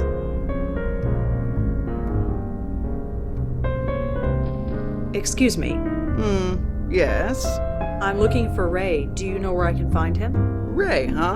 And why would you be looking for Ray? I need to talk to him. I can't go into specifics, but it involves a woman who worked for him. Worked for him, In what capacity? She was a working girl, Heather Goffstein. She worked for Ray, and now she's dead. I see. Worked is the appropriate word, I suppose. Heather left my employ a long time ago. Your employ? Yes. You want to speak to Ray? She's right in front of you. The former Rachel Mendez at your service. So you work here? Not directly, but I suppose I'm as much a fixture here as anything else. So Heather worked for you. Can you tell me about her? It's been, several years. I'm afraid I can't tell you much. She was very young, very pretty, slightly lost, perhaps, like many of my girls. She's really dead? How did it happen? I don't know. That's what I'm trying to find out. Is this a police matter? Not directly. I'm working with them, but I'm pretty much on my own. Well, in that case, ask me whatever you like. You said Heather left your employ. Could you explain? Just that. She packed up and left. And you were okay with that? You think I would drag her back against her will? Absolutely not. And what would be the point? I replaced her the next week. It's the nature of this business. Some girls try the life, discover it's not for them, and then leave. Some stay for years and it grinds them alive. But occasionally, with luck and persistence, one can flourish. Like I did. Did Heather have any enemies, an obsessive client, or anything? I suppose anything is possible, but not likely. I screen our clients very carefully, and I keep very careful records. How does this business work, exactly? There's no bedroom upstairs, if that's what you are asking. I own several apartments in the city. I give the girls room and board in exchange for the money they receive. Some of them skim, hell, all of them skim, but I make sure to treat them well. They treat me well in return. If you kept careful records, does that mean you have a list of Heather's clients somewhere? No. I'm sorry, but no. I really need that client list. Absolutely not. I give a premium product, and our clients expect premium service. Privacy is part of that service. That client list stays in my office where it belongs. Don't you want to know what happened to Heather? That client list could help. You have no reason to suspect one of her clients had anything to do with it. You can't even tell me how she died. I won't betray my client's trust based on a flimsy guess. I could bring in the police. I'd like to see you try.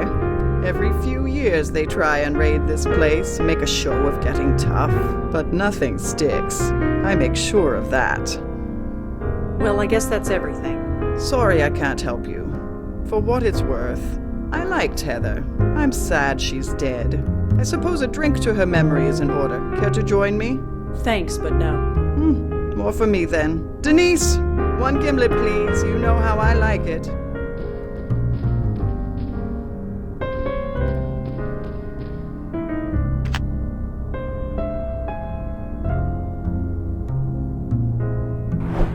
How odd. Denise, could you get that for me?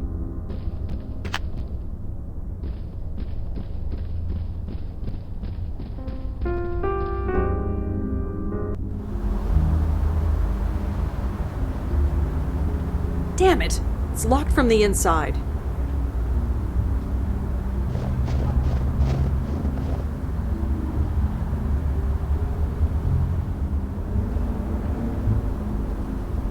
It only opens a bit, but it appears to be empty.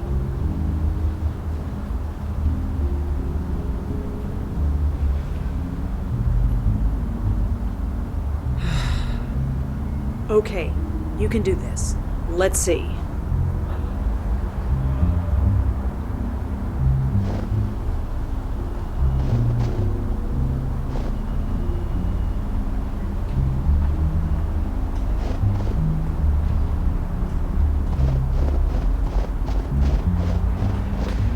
Locked.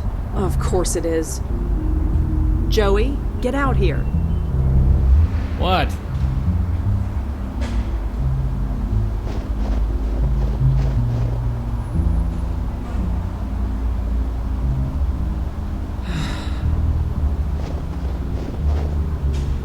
It's now a puddle of foul, coffee-flavored water, but at least it's melted.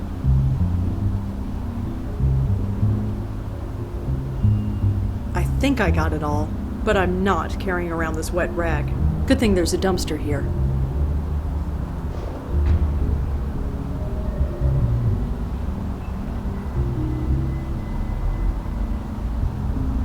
You're not seriously going to try that, are you? Quiet! Let me concentrate. First try.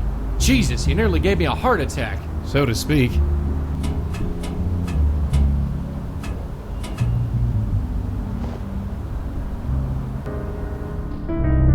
You know, we've been through a lot, you and I, but sneaking into the secret office of a known flesh peddler, this tops the list. Pictures of young girls. I guess they all work for Ray. A bunch of phone numbers and addresses. It doesn't say who they belong to. Okay, let's see here. Client list, client list. You're kidding me. What? It's a text file, clientlist.txt. And that's good? Good for us. All I need to do is transfer the file to this memory stick.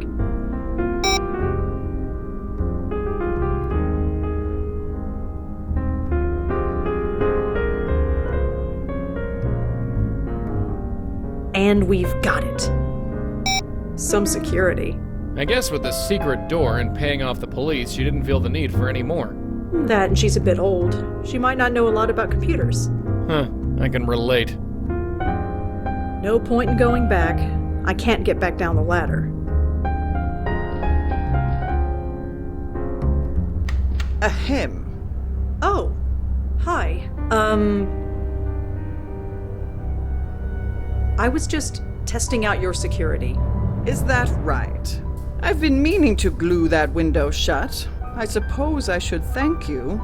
But first, give me that memory stick. Here. Thank you. Now get your coat and leave. And I'd almost gone a full 3 hours without a restraining order. Well, the night's still young. And I need another cup of coffee.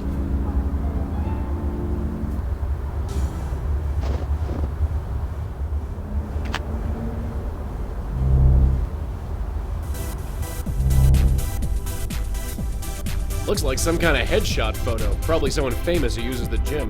Let's see here. Tanya Corsi. Hey, wait a second. Is that... Yeah, that's the spook from George's roof.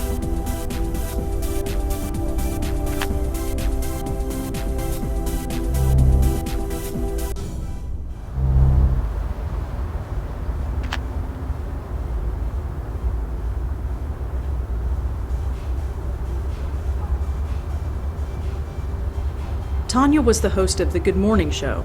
I remember hearing that they got a new host, but I didn't know this was the reason. Channel 11. I think their head office is in Penn Plaza.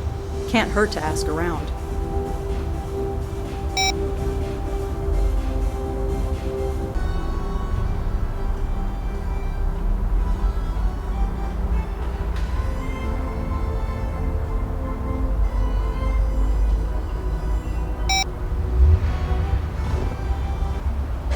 So, have you heard of this Tanya Corsi person?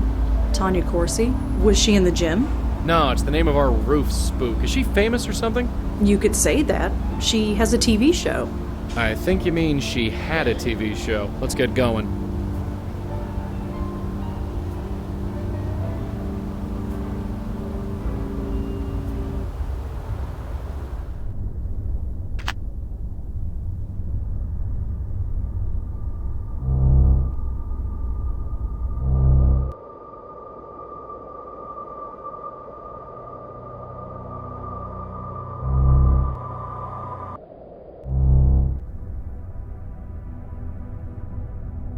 Hi there. Hello again, mister. What brings you by? You're Tanya Corsi, aren't you? You're in television. I knew you'd get it. That's me, Tanya Corsi, host of the Good Morning Show on Channel 11. Now all the mystery is gone.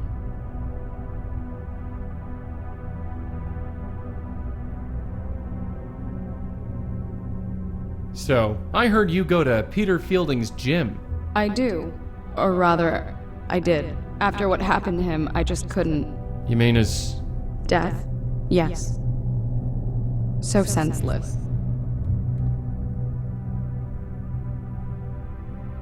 Do you know a Heather Goffstein? No. No, I don't. Sorry. Come on. That note on the floor, it has Heather written on it. So, like I told you, it has no meaning to me. I don't know any Heather.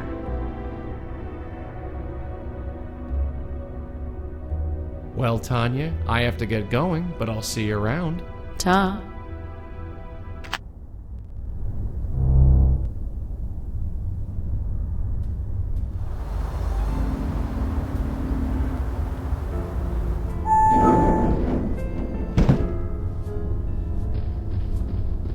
Excuse me.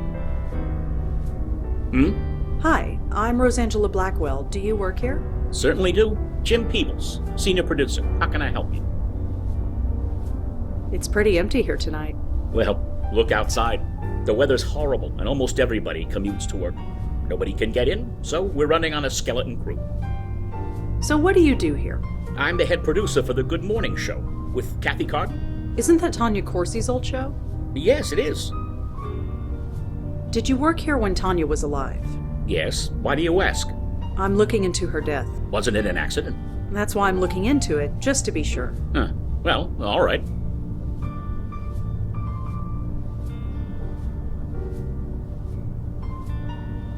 What can you tell me about Tanya? I liked her. Some anchors think they're the be-all and end-all, but not her. She knew we were all in this together and worked well with all of us. That's how you make a news show. Everyone needs to help each other. Can you tell me about yourself? Me? Well, what you see is what you get. I started working at a copywriter's desk about 30 years ago, worked my way up to producer, been here ever since. A note was found in Tanya's apartment. It was signed J. And? And your name begins with J. Did you write it? Seriously? You're in journalism. You know that any lead is worth following. Oh, sorry, I didn't write any note to Tanya. Not that I remember. Well, thanks for your time, Mr. Peebles. I might be back later. Sure thing. I'm not going anywhere.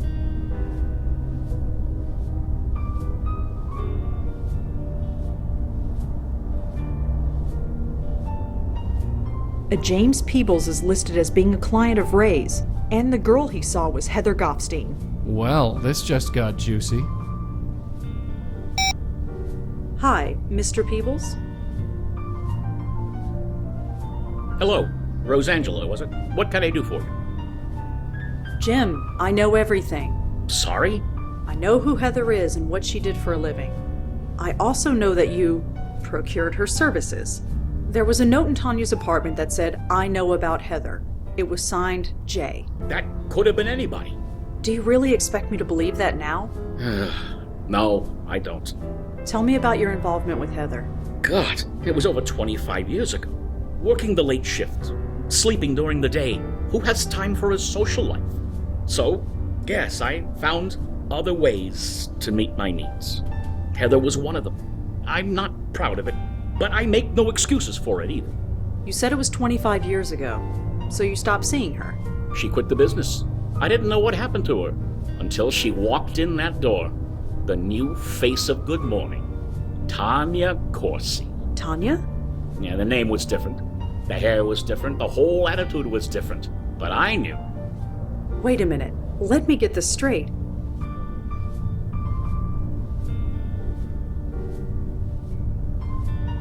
Heather and Tanya are the same person? You didn't know? Isn't that what all this is about? She reinvented herself, changed her looks, got a gig as a weather girl, worked her way up to this newsroom, worked here for years, and never knew who I was until I told her. Until you blackmailed her, you mean? Look, 30 years I've been here, and I haven't moved from this damn desk. I saw an opportunity, and I took it. So, I wrote her that note. I threatened to expose her past. I didn't know what to expect, but I didn't expect her to go home and for that to happen. They said she fell in the shower because she was drunk, but she was only drunk because of me. So what now? It's completely up to you. I'm not going to do anything. You're not. I got what I came here for.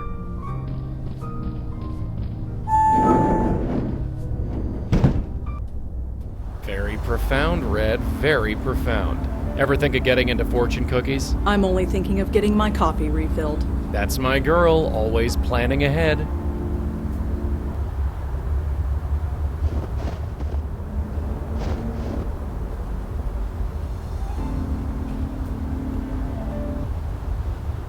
So what exactly happened? Tanya, Heather, whoever, she split? She killed off her past so thoroughly that it became its own ghost? I suppose so. I didn't know ghosts could do that. What? You read the rule book? Because I sure haven't. If we got a split spook on our hands, we gotta put them back together.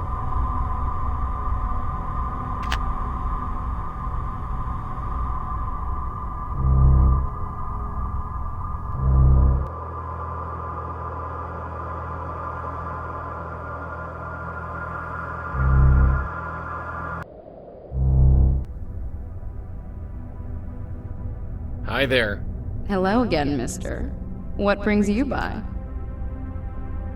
Listen, Tanya, I know who you are.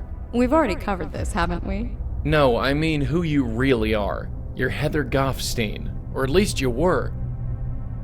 I told you, I don't know any Heather. Tanya. I don't know any Heather because Heather is gone. Heather is dead. She doesn't exist anymore. She can't. I'm sorry, Tanya, but she does. What do you want? Money? A promotion, like Jim? No, I just want you to come with me. There's someone you need to meet. I don't have a choice, do I? Fine, lead on. But remember this, Peter didn't just teach me how to do Pilates. Take me anywhere funny, and you'll be looking at a broken nose. I wouldn't dream of it. No point in leaving that way. I can only leave with Red, and she can't get in here. Why are we going out there? Just trust me. Trust you? That's rich.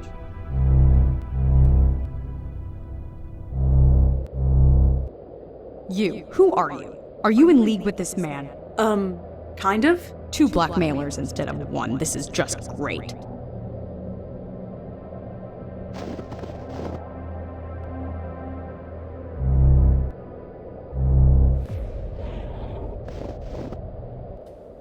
Where the hell are you taking me? Just follow us, okay? Can I at least call my car service? I don't think that's possible. What do you mean? She means that they'd never come in this weather. It's better to walk.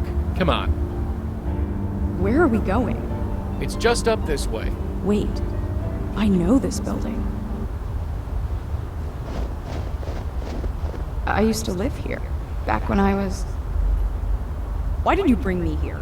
Whatever you brought me here for, get on with it.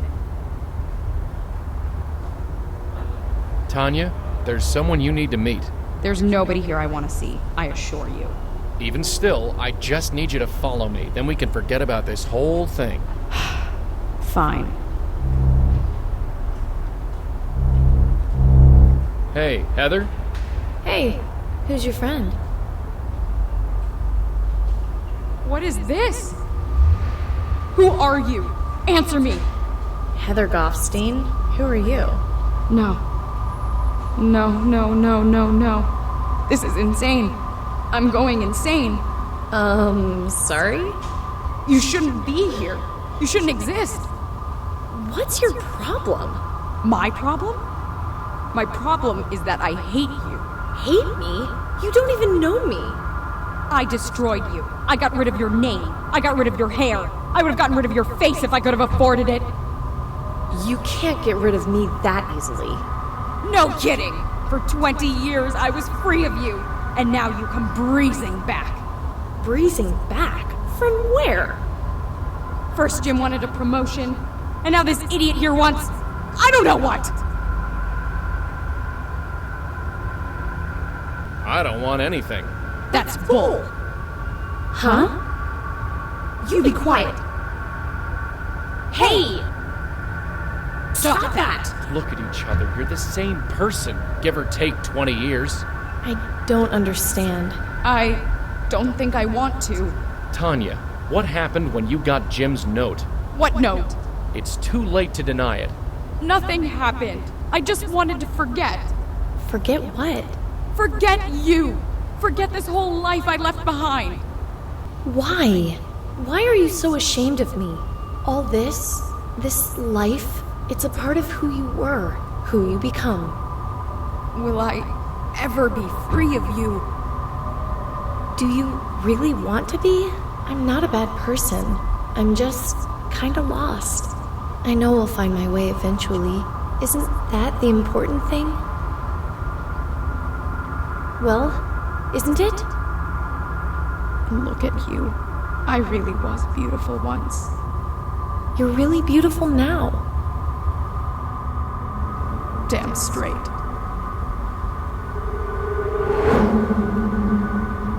Wow. You okay? Okay. I haven't felt this good in years. It's like an espresso and a colonic all at once. Speaking of which, you can take your blackmail threat and shove it. And I'm gonna tell Jim the same thing. Maybe it'll end my career, or maybe it'll give me a book deal. Either way, I'm tired of hiding. Tanya, listen. No, I'm not Tanya anymore. Tanya died. She She what? we...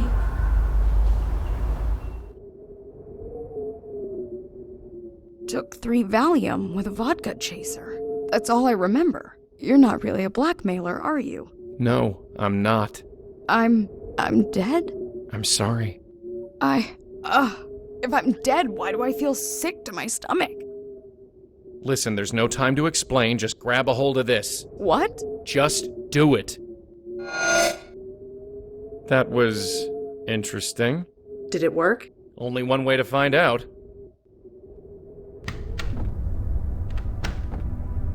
Hey, look who's here. Heather's safe and sound. Safe. You were always an optimist, Michael. Sorry, I know this is not exactly the reunion we expected after all this time. But you have no idea. I thought you were... Well, I explained that already. So, Madeline, you got your spook. What have you learned? It is interesting. This spirit is experiencing what would be considered nausea in a living person. This spirit? I do have a name. Apologies. She is being pulled. There is the signature of another spirit at work. A signature? Yes, I can see it. It is faint, but I can see it. Only the power of this circle is stopping it from gaining a foothold. Unfortunately, it is too faint for me to see anything useful, and we dare not lower the circle. I need to examine another soul, one that is marked like this one. And by another soul, you mean Peter, don't you? Peter? Peter Fielding? Yes, his soul is still out there. I see.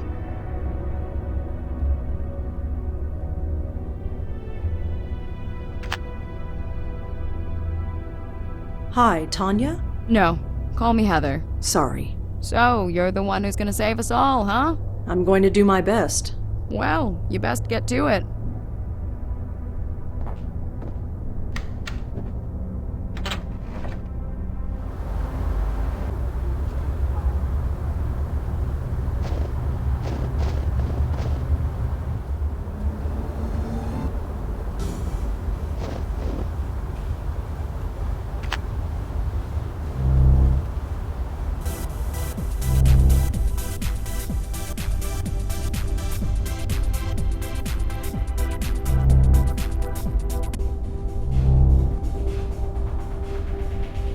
Hey, Peter?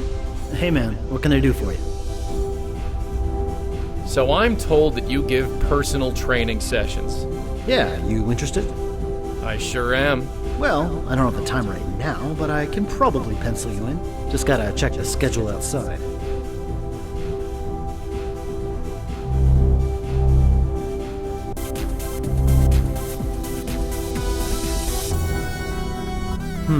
How about next Tuesday, say 11 a.m.? Sure, I think I can swing that. Great. Here's my number in case you need to reschedule. You got a phone? No. Well, I'll just remember it. Okay. 646-555-0425. Thanks. Great. See you then. And by the way, when you come to our session, don't wear a suit.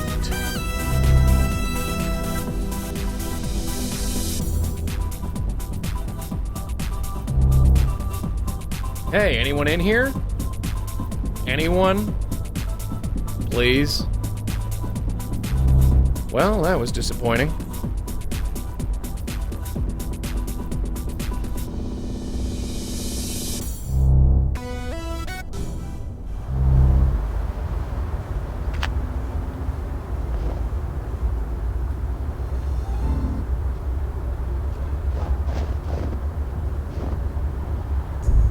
Officer Palmer?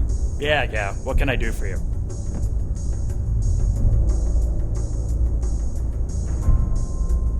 Could you look up another phone number for me? I suppose I can, within reason. I'm trying to track down someone who Leah knew. The number is 646-555-0425. Alright, give me a second. That phone is registered to a unit in Murray Hill. Here's the address. Well, I'd better go. Sure.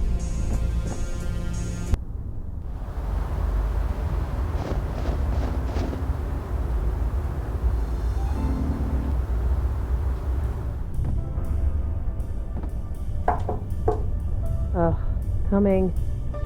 Yeah. Who are you? Who's asking? I'm a friend of Peter's. So? So I was hoping we could talk about him? Funny, I was hoping to be left alone tonight. Guess who wins? Why is nobody ever happy to see me? Dunno. It can't be your copious amount of social grace.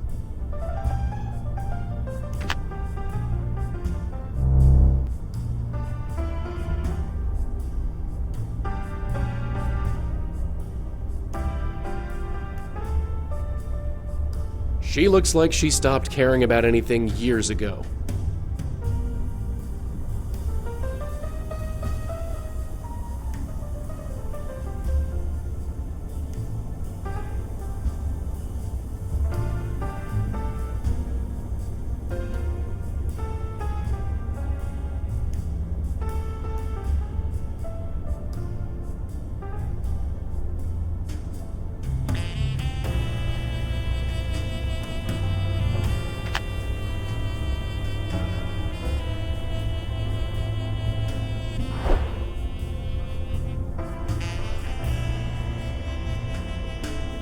No good. The rug's too thick.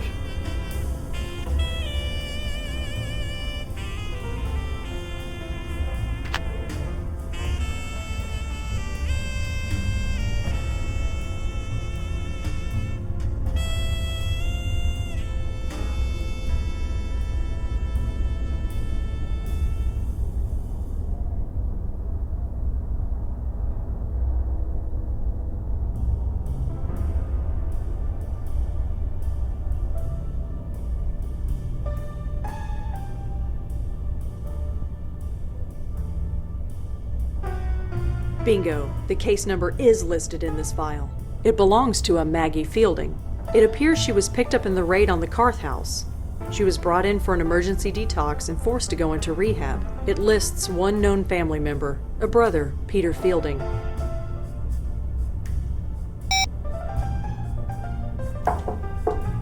Ugh, coming. You again? What is it this time? You're Peter's sister, Maggie, right? Sure, fine, you got me. Why couldn't you just tell me that before? Because I'm trying to get healthy, working through the program, admitting I have a problem, just like my sponsor says. All that is the first step. I'm still working on the rest. Talking about Peter, that's step 5. I'm not ready. It's nothing personal. I just need to avoid thinking about him for a while. And you're doing that by living in his apartment. It's just temporary. I have nowhere else to go. And besides, what difference does it make? He's gone. He had a stupid accident, and now he's gone. That's just it, Maggie. It might not have been an accident. No. Whatever you're thinking, no. I need this to be over, you understand? Then we need to talk. You can call your sponsor if you want to. Screw my sponsor. Let's do this. So, talk. What do you know about Peter's death? Just what I was told. That he was fixing a light bulb and fell off the ladder. I remember thinking it was a pretty stupid way to go, especially for him. How do you mean? Did you know the guy? He was obsessed with health. To die just falling off a ladder? I always thought he'd outlive the world. Why is Peter such a sore subject with you? That's between me and him, or his ghost, or whatever. It might help to talk about it. I'm still working through the program. Talking about it is step number 5. I'm not ready for it yet. Could you tell me about your father? He opened the gym, right? Sure. Could you tell me anything else about him? If you want to know about him, you'll have to ask him yourself. Here's his address. He's always home.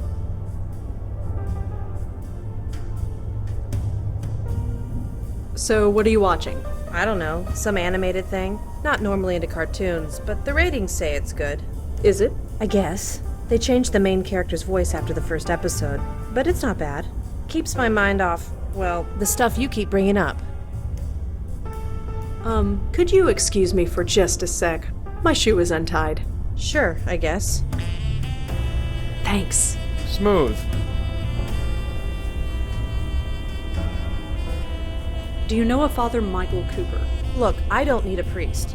I don't need to be saved. I just need to get healthy. I'm not asking you to see him. I'm asking if you know him. Oh, no, I don't know him. Have you ever heard of the Grace Group? What, those circle jerk meetings my brother went to? You know about it. Yeah, I know about it. Peter was a mess before he joined that group. If you ask him, he would say it helped him find himself. Did it? Who knows? I thought it was a cult. Might have been better if it was. Why's that? Look, never mind. Peter found himself. Good for him. I just have to focus on myself. Have you ever heard the name Benjiro? Benjiro? No. Sounds Japanese or something. Well, I'd better get going. Sure. You know the way.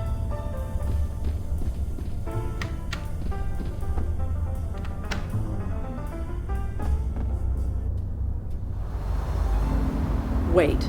This is Greenwood Cemetery.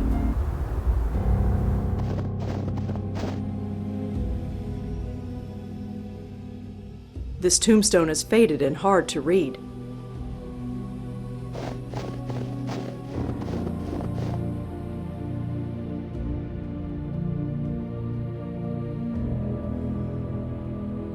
I talk with the dead, not their graves. I talk with...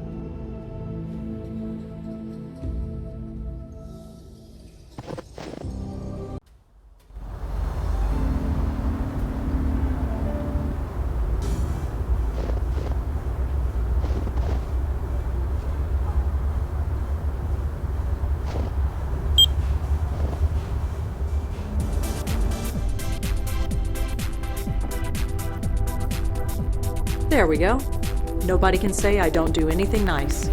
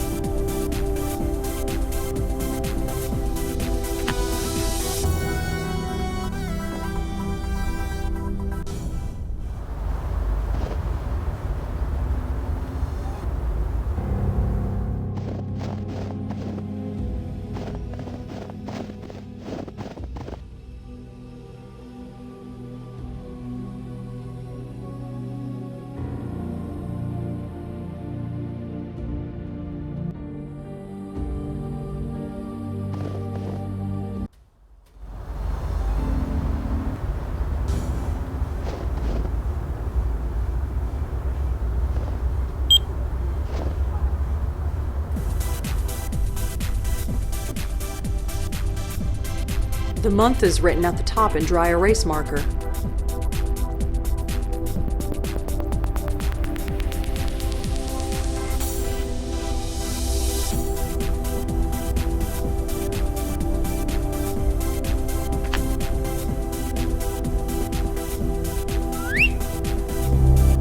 What?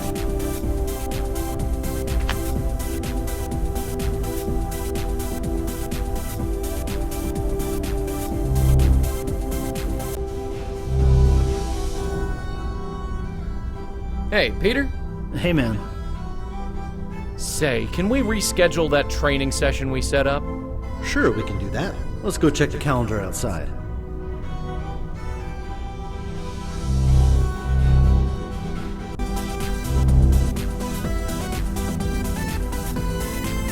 Hey, miss, you're dripping water on the floor. Oh, sorry. No problem, just be sure to put on sneakers or something if you want to work out. Anyway, let's check the schedule. Huh? Is that the date? Hey, listen, I'm sorry, but there's an appointment I've got to keep. Can we sort this out another day? Sure, no problem. Thanks.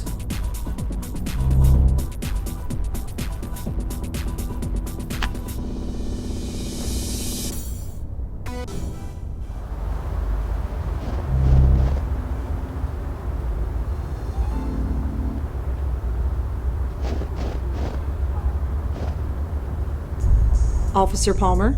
Yeah, what can I do for you? Is there anything in the system about a Connor Fielding? He died about 20 years ago. Let's see. Our records from back then are a bit spotty, but can't hurt to check. No, nothing comes up, but it's a very common name. Is there anything specific you can tell me about him? He was in the Army. Oh, then there might be something in the Veterans Association records. Aren't those public? Not everything. But fortunately for you, I can access everything. Okay. Archived records. Connor Fielding. Ah, seriously? What's wrong? Idiots. They had no idea how to archive data back then. I can only look them up by service number. You don't know it, do you? I do, actually. It's 070-234-541. Well, that's handy. Let's see. Okay, here we go. Connor Fielding. Served in Vietnam from 1966 till 1969. Honorably discharged. Moved with his family to New York a few years later. Huh. That's interesting. What? It says here that the police were called to his apartment several times. Reports of raised voices. Possible domestic abuse. No charges were pressed, which is why it wasn't in our police records. But it's in the military database? Word gets around. Someone must have noted it in his VA file. Doesn't say much else.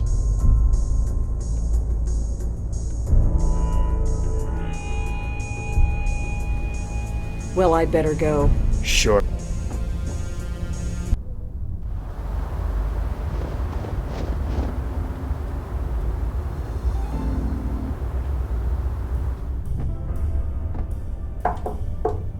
Oh, coming. Oh, sure, come on in.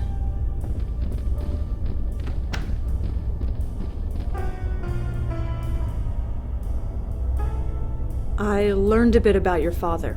You did? The police were called several times to his house. No charges were made. It's not hard to read between the lines. Huh. Well, I suppose you know everything now. I don't, but I'm trying to. Why? Why do you care so much? What does my father beating the crap out of my mother have to do with how Peter died? There's something bigger going on. That doesn't matter. I can't take on anybody else's problems. I'm barely dealing with my own. I've been trying to forget this crap my whole life, and now I have a chance. I'm not going back to that. I'm sorry. I know you think you have good reasons, but I really need to be alone right now. Listen. Please, leave. Okay.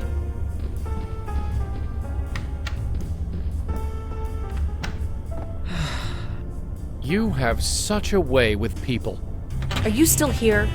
Just leaving. Where are you going? To visit my precious father. Not that it's any of your business. My neighbors are kind of twitchy. You'd better get out of here before someone calls the cops.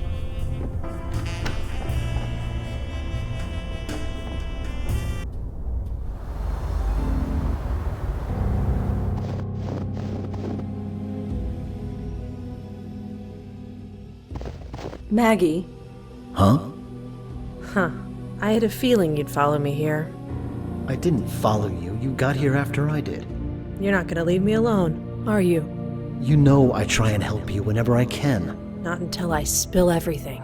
I've never pressured you to talk to me, Maggie, although God knows maybe I should have. I'm sorry, but it's important. Maybe it's because I'm out of that stuffy apartment. Maybe it's because when I'm here, I know he's really gone. I know. I miss him too. Talking about it. The fifth step. My sponsor said I didn't have to do them in order. Many people don't. I guess now is as good a time as any. I'd like that, Maggie. I really would. So, talk. Tell me about your father. It's not about him. Not really. It's all wrapped up with Peter. It's always Peter. What are you talking about? What did Peter do? Nothing. Everything. Maggie, what are you talking about? He took over my dad's gym, made it successful.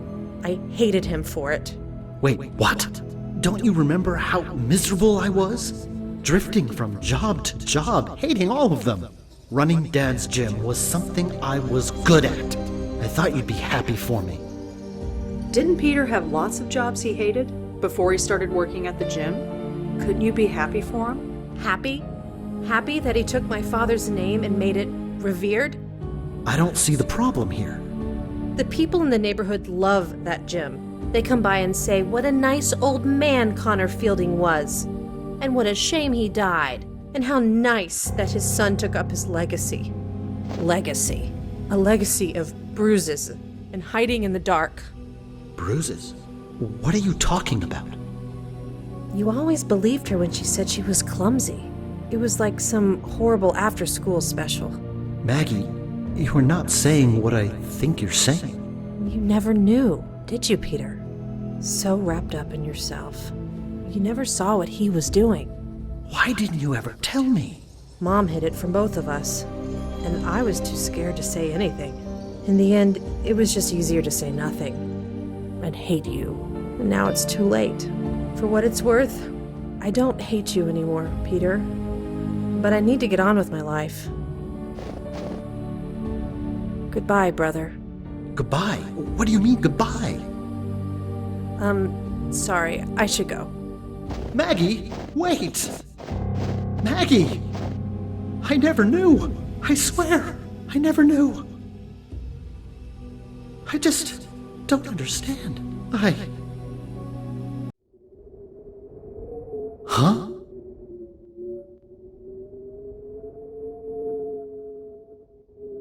My God. I'm sorry, Peter. I remember. The ladder. It broke. Oh, man. I don't feel so good. Right. We don't have a lot of time. Peter, I need you to grab a hold of this. What the heck is that thing? No time. Just grab. Well, that was close. Did it work? Let's get back and find out. This whole story is incredible. It's all true, Peter. Can't you feel it? Like something is trying to pull you away. I thought it was just indigestion, but I've never had indigestion in my life. Figures I'd get it when I'm dead. Madeline, have you had time to examine them? I think... yes. Madeline? Yes, apologies. I believe I have all the information I need. Huh? Madeline? Ugh, I really don't feel so good. This can't be right. Michael? What's going on? Madeline! Apologies, my host.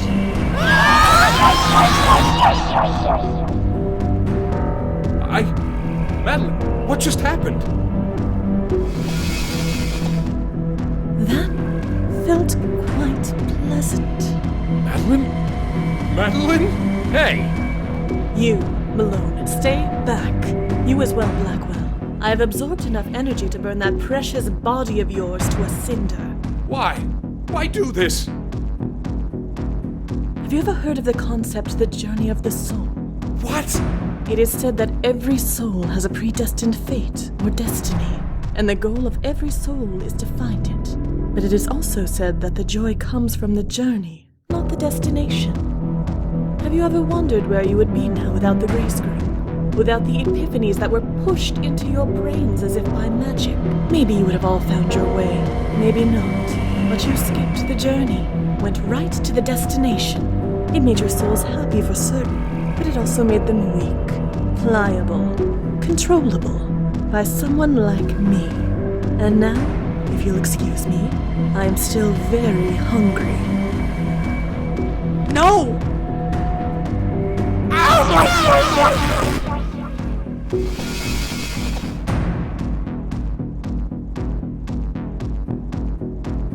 You. This whole time it was you? Indirectly. I knew these souls existed, I just needed to collect them. I could not collect my host until last, because my existence here was tied to him. As for Fielding and Goffstein, they were sleeping spirits. They needed to be awakened, something only you could do. So, thank you for that. What the hell are you doing this for? I pulled you out of the dark. You were free. Why mess that up? Free. You, of all souls, tell me that I'm free. I am dead. For centuries, I have been dead. I was a good spirit guide. I did my duty. And yet, did I ever move on? Did I receive any reward? No. I was passed on from host to host, saving spirit after spirit. It became tiresome. Then my last host banished me. I remained there, in the void, alone, forgotten by the universe. Until you brought me out. Yeah, well, we all make mistakes. But I was still not free. To fully free myself, I needed power, energy. These souls, these poor, misguided souls, were the nearest source I could find. Collect? What do you mean by that? Perhaps that word is not sufficient. Possibly consume, ingest, absorb. I took their energy as part of my own. And what do you need energy for? What on earth could be worth all this?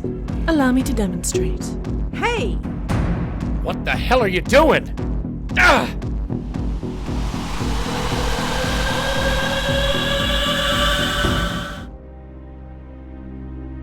Red, you okay?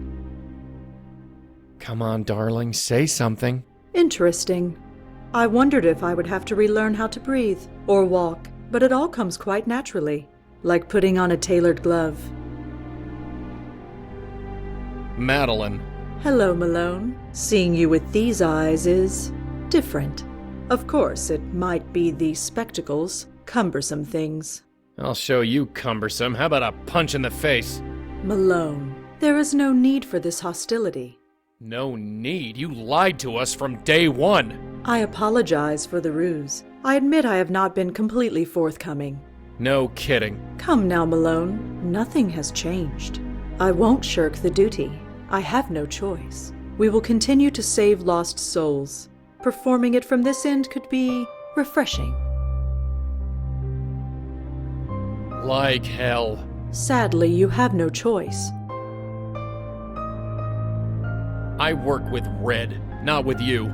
You can think of me as her, if it will help. I'm gonna fix this. I'm afraid it's too late for that.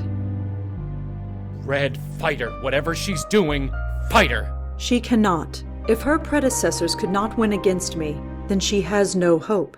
Not with the power I now possess. Predecessors? What are you talking about? This is not the first time I have attempted this. In the void, I could only reach certain minds, the minds of other bestowers. Other bestowers? You mean... The other Blackwell women, yes. But I was too weak, and so were they. I could only control their minds for a few minutes before they broke. Broke? I did not expect that would happen, but some good did come of it. I eventually learned the proper approach, and finally I have succeeded. You're insane. I mean it, Madeline, a stark, raving lunatic. Do you have any idea what you've done? You dare condemn me, little ghost? Allow a few centuries to pass. Wait until you've been left abandoned in the dark, adrift, terrified. Then you can pass judgment. But until then, I must get to the business of living. Stay here. We're not done talking. I said stay here! Ah! Hey!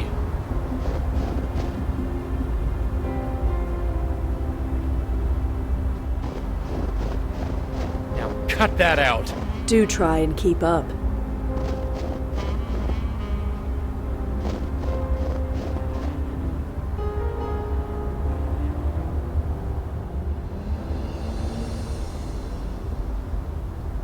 Ugh.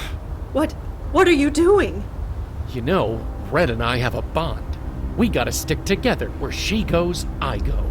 You might be wearing Red's body, but you ain't her. There's a line in the snow, and you can't cross it. But Rosa Blackwell, she can cross it just fine. You're hurting me. Good. You idiot! Do you have any idea what you just did? I just evicted you, sister. No, I will not be trapped in that limbo again. Tough. You made this mess, now clean it up. Very well. Just remember, you brought this on yourself. Red, talk to me. Joey? You okay? Careful. I feel... You! Great, like a bad penny. Dispatch reported a woman ranting to herself in front of a church. I had a feeling it would be you. Care to explain the dead body around the corner? Corey? That's Officer Palmer. Now, explain. No. Miss Blackwell, I've been patient and cooperative so far. No. Stay where you are! What are you doing? Was it like this for them? For who? Red? I think it's happening. Huh? Auntie, my grandmother, it's happening. No, it's too much. Red, stop that. Come on, you're gonna hurt yourself. Jesus, cut it out. Not again, not you, not now. Help, somebody. Anybody. I did warn you.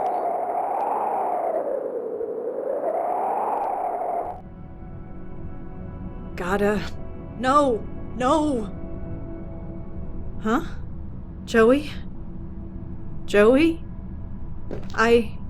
God, I'm tired.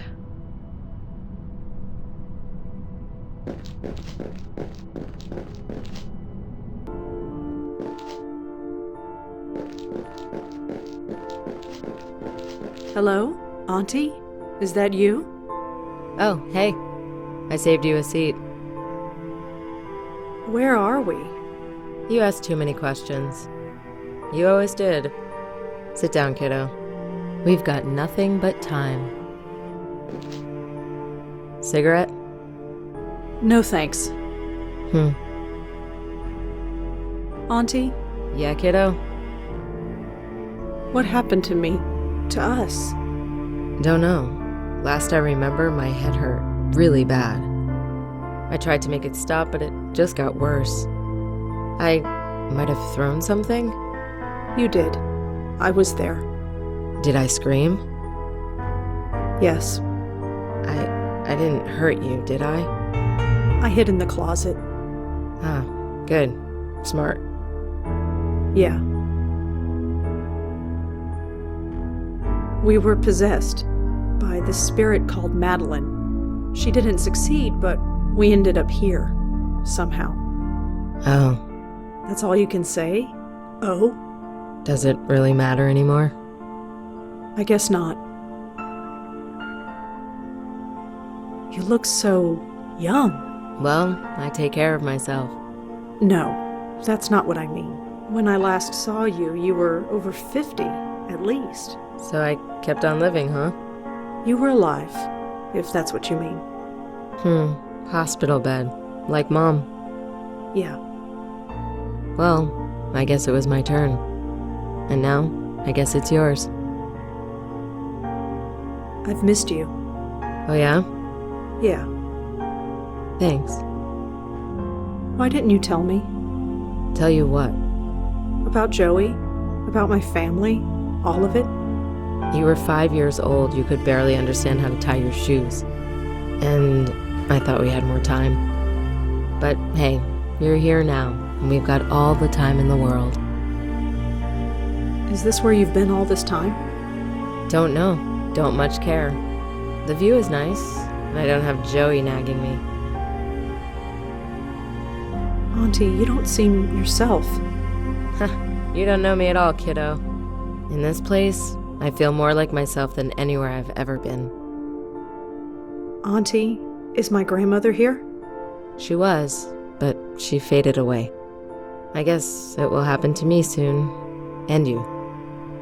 But in the meantime, let's enjoy the view. Huh. Sure is a nice view, isn't it? Yeah, let's just enjoy it for a while.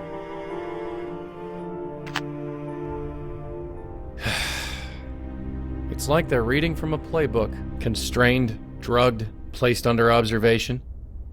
In a week, they'll move you to another ward. Then they'll poke you full of needles and nod thoughtfully while taking notes. Then they'll move you to a long-term care floor. Keep you drugged, fed, washed. And then, I'll watch you turn gray. I'll watch your skin weather and dry. And then, I'm sorry. I'm so sorry. It's all my fault. I can't blame the universe, or death, or even you. This one's on me. Maybe I deserve it, but you certainly don't. There's gotta be a way to fix this. There has to be.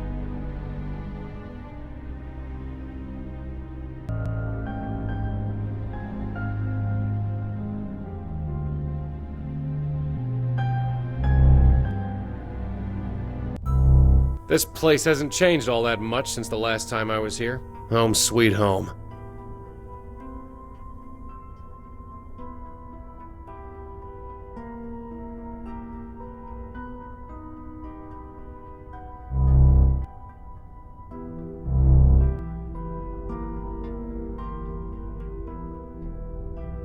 Huh, this letter is dated several years ago.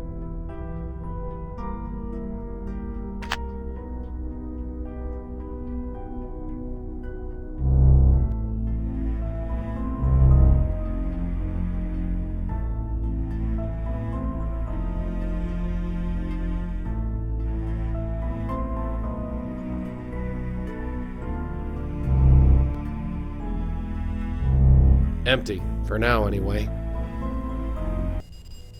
Eh? Hello?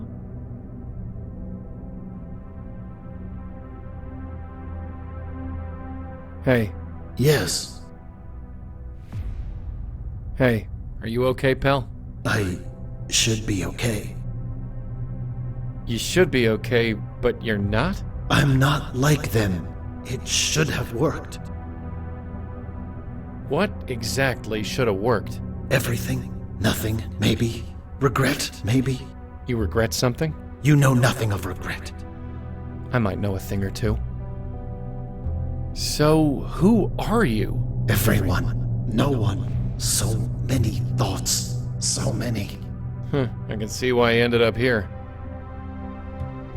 Hey, I did some research. Kinda. You're Benjiro, aren't you? Benjiro? Yeah, Benjiro Hattori? You were the last guy to occupy this room, so I'm guessing you're him. What do you know of me? You ran those Grace Group meetings. Yes, that was so long ago. How long has it been? 25 years. 25 years? Have I really spent 2 decades of my life in this place? More than that, Benjiro. More than that? You died here. You're haunting the padded room where they locked you up. Yes, I thought as much. You thought as much? You're saying you know you're dead? I suspected, but I couldn't be sure.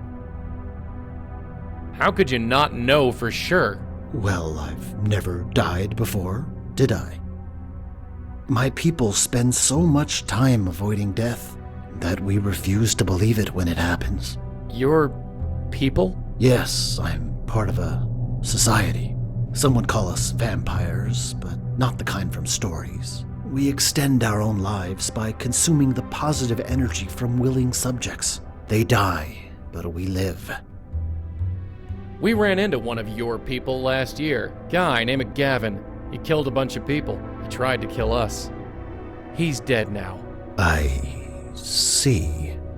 You must understand, I am not like my colleagues. I never liked hurting people, but I didn't want to die either. So I made a point of studying the life energy we consumed. I created the Epiphany experiment. The Epiphany experiment? I wanted to improve the lives of those I fed upon, not destroy them. Instead of removing positive energy from a subject, I increased it. I enabled them to achieve their heart's hidden desire, to create a surplus of positive energy, and I skimmed off the top.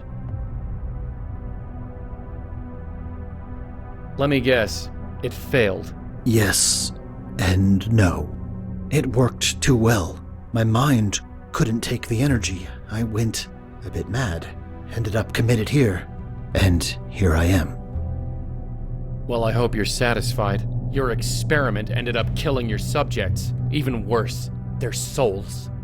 Their souls? You made them weak. Weak enough that they got, well, soul-napped by this spook named Madeline. I see. I did not consider that eventuality, but it does explain much. Eh? Come with me. I must show you something.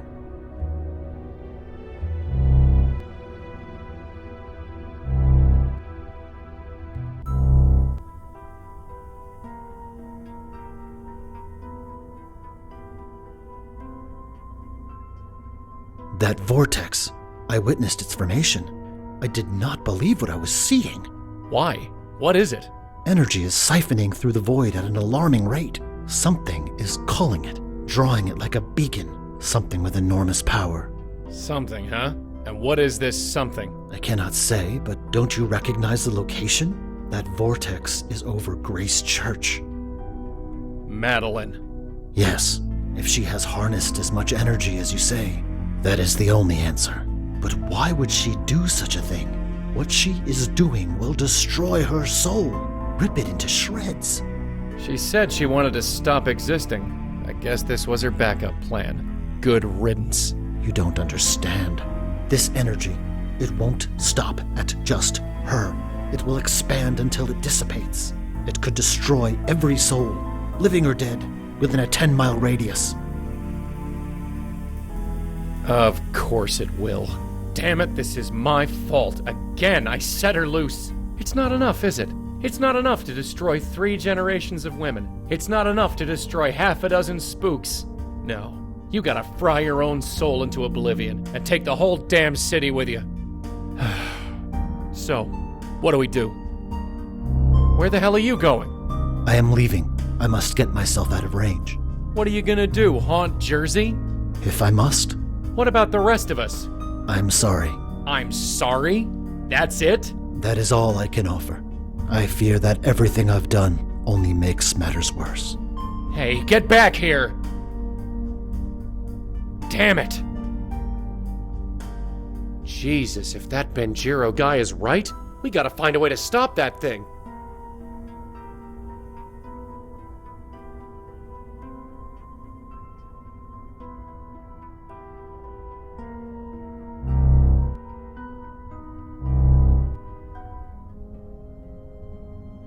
Red, it's me. Are you even in there? Are you somewhere else? You're still breathing. You're still alive. I figure somehow, maybe you can hear me. Maybe I'm wrong, but talking is all I'm good for these days, so what else can I do? You gotta wake up. Things are bad out there. Really, really bad. So bad that I'm not sure we can stop it. But we gotta try. We're the only ones who can.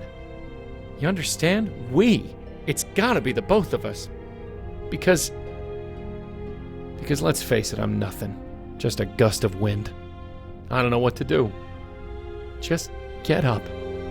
Get up, and we'll fix this. Somehow, I promise. Please? Please? Did you hear that? No.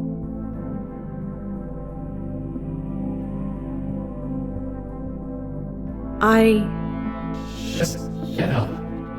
Are you hearing that? Get up, and we'll fix this. I don't hear anything. I think... Somehow, I promise. I really think... Please? You okay? I'm fine. I'm gonna look around. Sure, kiddo. I'm not going anywhere.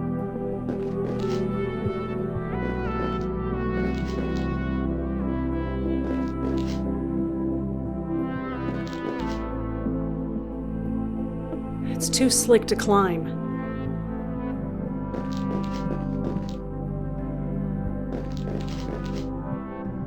Auntie? Yeah, kiddo? Auntie, there's this ledge. I can't reach it.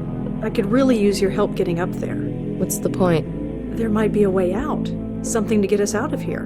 Why would I want to do that?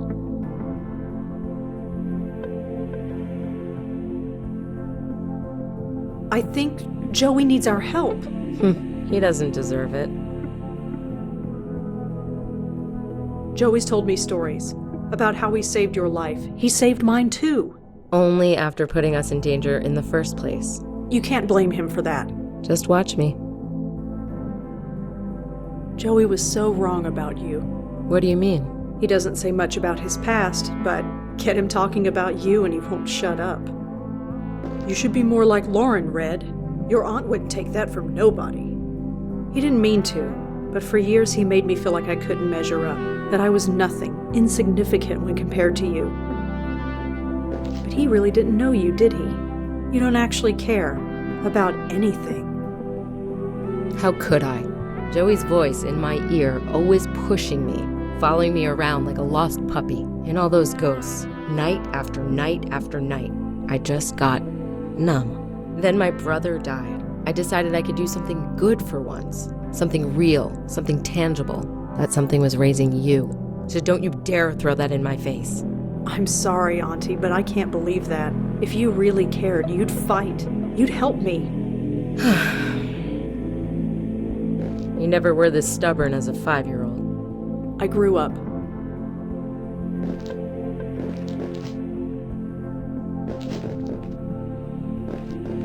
This is it. Can you give me a boost up there? Sure, I guess. You've gotten bigger since I last saw you. Here. Come on, I'm not leaving you here. Fine.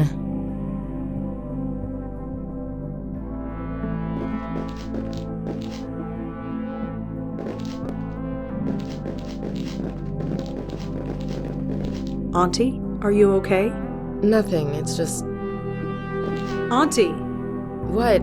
We need to keep moving. It hurts. Don't you feel it? Yes, but I can't stay here, and neither can you.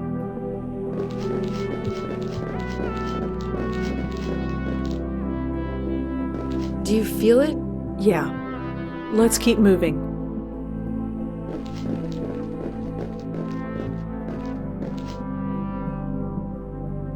That light, it's so beautiful.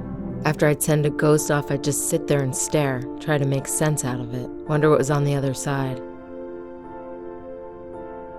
I suppose now I can. I'm dead out there, aren't I? Back in New York. Yes. I'm sorry. I should have realized. I've had this conversation so many times. I remember now how it happened. Someone trying to take over my mind. It cracked my head open, let the universe pour through. It hurt. I know. It happened to me. A part of me escaped, hid out there in the void, anything to get away. You brought me back. We brought each other back. I just gave you a boost. You didn't really need me. But of course, you never really did you? Auntie, I think... Yeah, I know. It's time. I know how this works. Say hi to Joey for me, huh? And tell him... You know what? Don't tell him anything. It'll drive him crazy.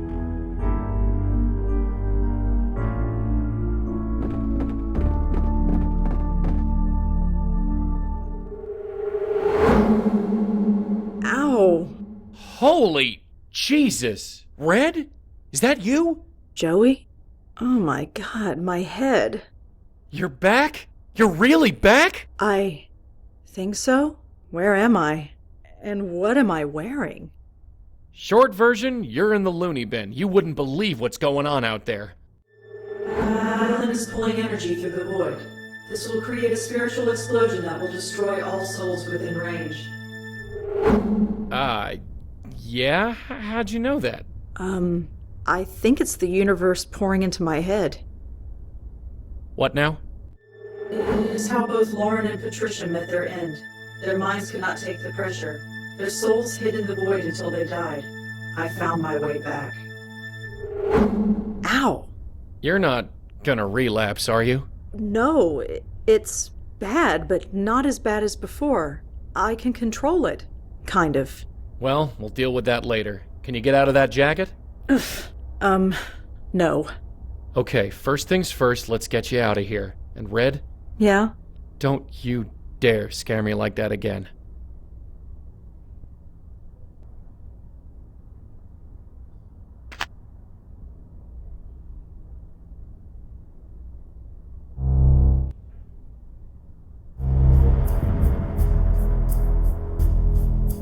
hell was that?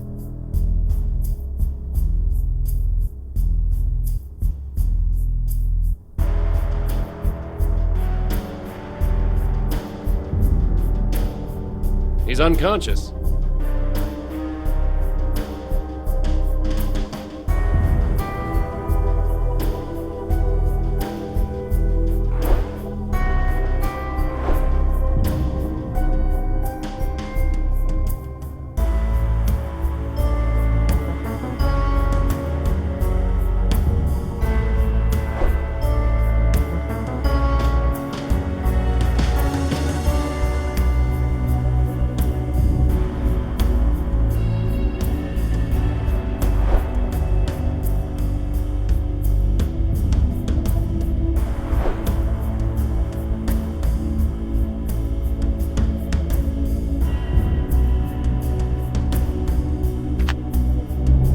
What the hell is going on? This whole building is shaking. This is starting. The effects of the void energy are taking root. The entire city has fallen unconscious. We are the only ones awake. We're the only ones? Why? We have both been to the void. We are immune to most of its effects. But we will not survive if and when the energy reaches critical mass. Ow! Damn it! Alright, this new ability of yours, scaring the crap out of me. Still, one crisis at a time. We need to get you out of here.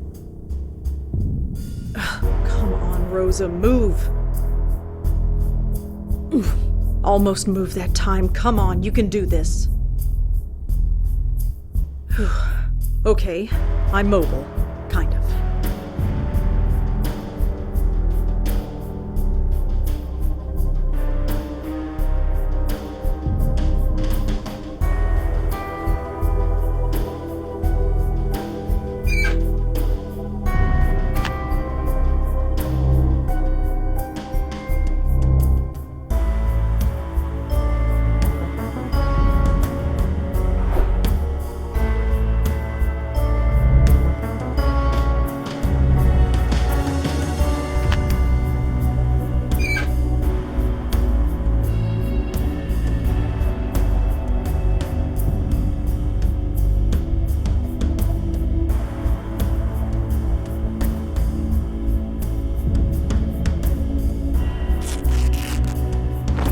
Aha! An old vent. Looks like it was part of an old ventilation system, before this room was converted into a padded cell. No good.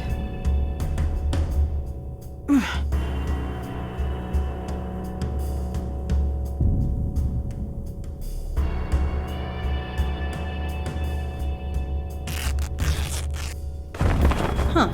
There's an old pipe against this wall.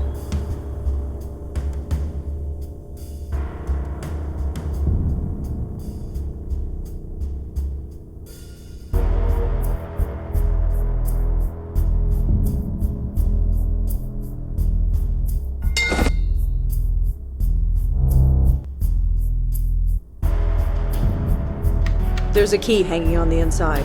And my clothes. Thank God. You mind? Right. You ready? Let's go.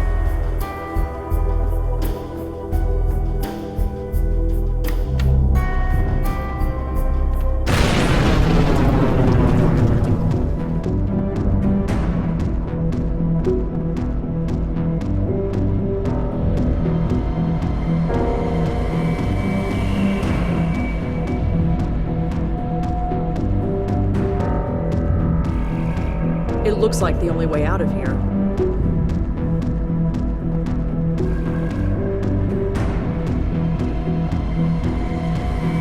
Nothing.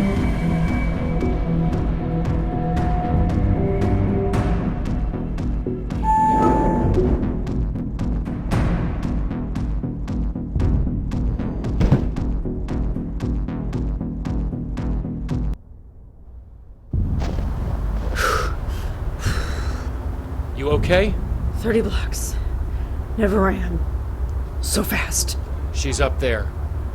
She's gathering the energy within herself, trying to force her own spirit to weaken and break apart. Her spirit is strong, but her resolve is stronger. How do we stop her?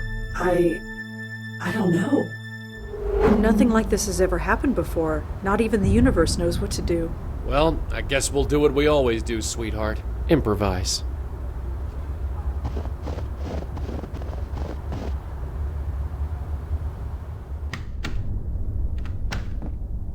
Jesus, he's still here? Nobody can get near this building without being affected by the void energy. Nobody except us. Ow! God damn it, that hurts. I'm sorry, Michael. He's got a piece of chalk in his pocket. It looks like he used it to draw the circle.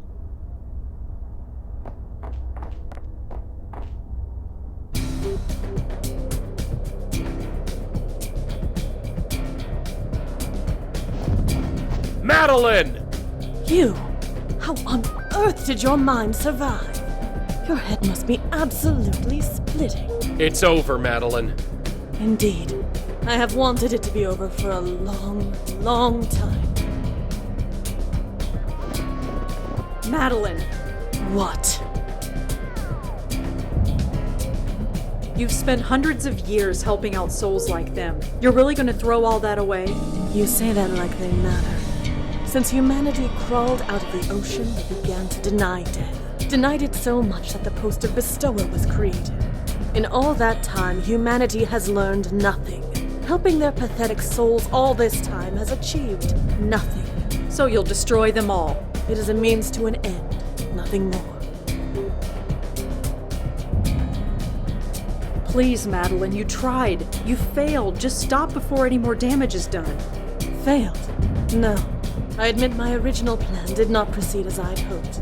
This is just a viable alternative. This is not the only alternative. We will help you find another way. Can you really? The universe is pouring into your head. Your head is splitting from the pressure of it. So tell me, with all of this newfound knowledge, can you give me even one alternative to achieve what I need? Possess me again. What? I mean it. If it means all this stops, do it. I have expended too much energy.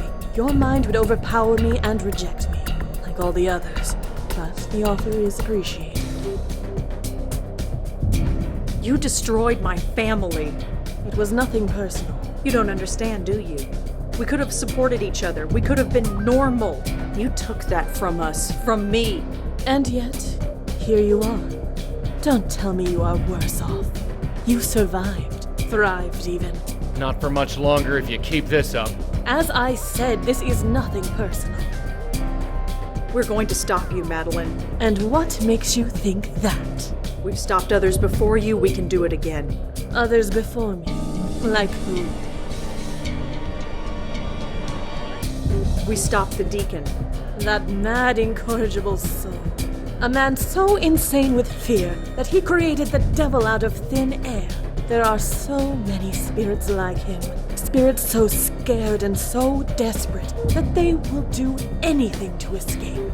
Your deacon would have welcomed the oblivion that I am bringing. The Countess. My aunt killed her. I finished her off. You forget. She was my host once. Whatever happened to her, it was her own undoing. I am through with being at the service of hosts like her. Of anyone like her. And this is how you're doing it? There is no other way. I stopped Gavin. He got into my head and I forced him out. Gavin? Yes. I sensed it when you killed him. That was an accident. Be that as it may, his soul was weak after he tried to feed on you. It didn't take long to overpower him. So, thank you for delivering him to me. Get this through your thick head. This is where it ends. Oh, you have no idea.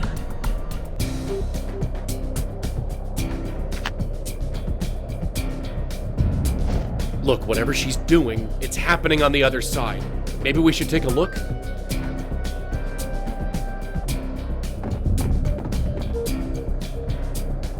Once upon a time, I wondered what this thing was. After so many years and so many spooks, it's hard to care anymore.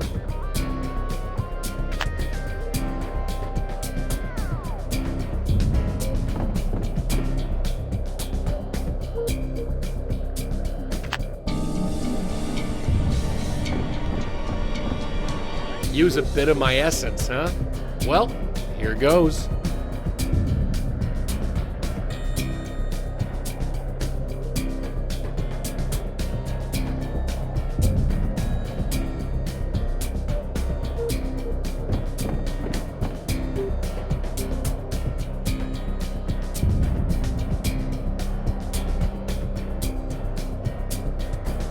Are you trying to use my own essence on me?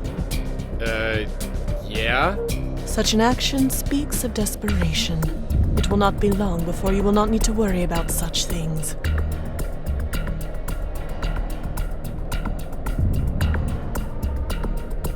Are you...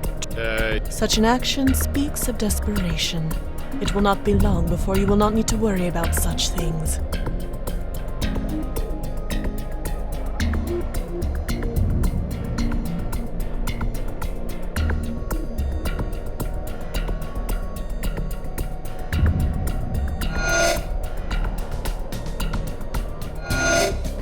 What is this?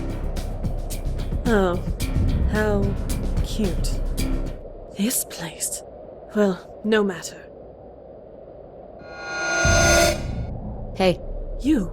You remember me. I guess I should be flattered. Open the portal. Let me through.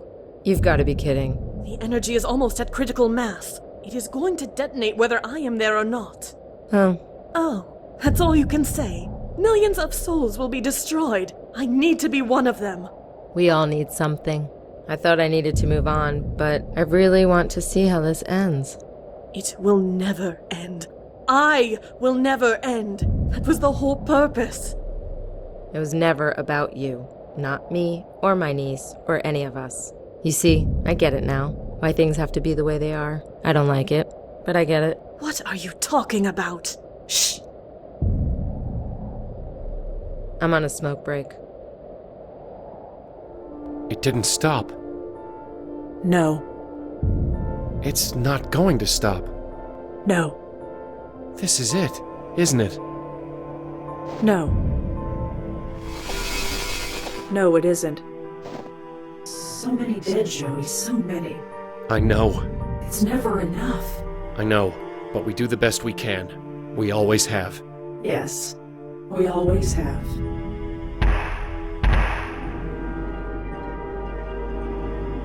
What the? Are those spooks? Yes, everyone who is lost, everyone who is waiting for someone like us. No more. They don't have to wait anymore. You're saving spooks? It's what we do. But how? That vortex, it was creating a mass of spiritual energy. I'm reversing it, making it pull in spiritual energy instead of pushing it out. You can do that? I can now. You see, it's not about you or me. It's about everyone.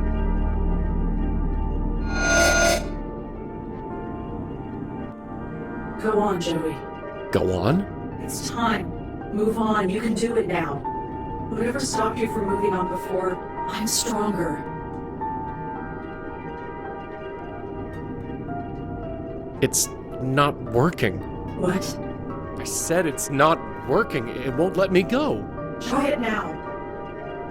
I'm sorry, sweetheart, but I'm still stuck. Not even the power of the universe inside your head can help me move on.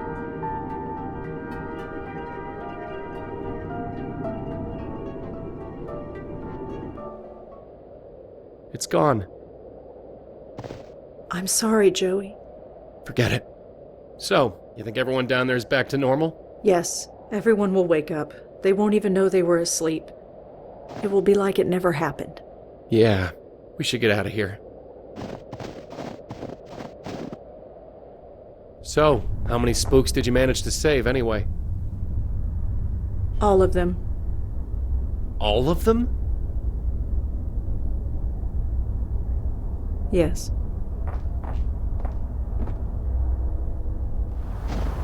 So, are we talking all the spooks here in the city, or...? No, all ghosts, everywhere. Except for me. Except for you. That's... I know.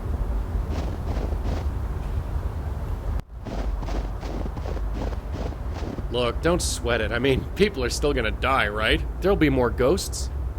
Eventually. Right, so when that happens, it'll be business as usual. I guess. But in the meantime, we're free. Free? Yeah. How about a movie or something? God, I haven't seen a movie in forever. You and me both. Think of all the things we can do now. Maybe I'll sleep in. Or maybe a vacation. Yeah, somewhere sunny. Huh? I'm sorry, Joey. I thought you'd be gone. I really hoped you'd be gone. I didn't want you to see this. Red? It hurts, Joey. It's everything. It's pouring into my head. It's not a metaphor and it's not stopping. I can't hold it. You gotta try. No, it's like trying to swallow the ocean. Sooner or later, you're going to drown. No, not after what you just did. Not after everything we've done. You can't just... What? Die? I don't think I have a choice. No, this isn't fair. This isn't right. You just saved the whole damn city. You saved me. I knew the cost. I paid it. It was worth it, wasn't it? Sure. Of course it was. I see them. My parents, Joey, I see them. No, stay away from them. It's not time yet. Joey, please. Okay, but before you go, I'll make you one promise. No matter how long I'm around, no matter how many hosts I see die, I'm not gonna turn into Madeline. Ever. Not if I'm a spook for 1,000,000 years. I'll be a good spirit guide. Do what needs to be done. Forever if need be. No, Joey, you won't.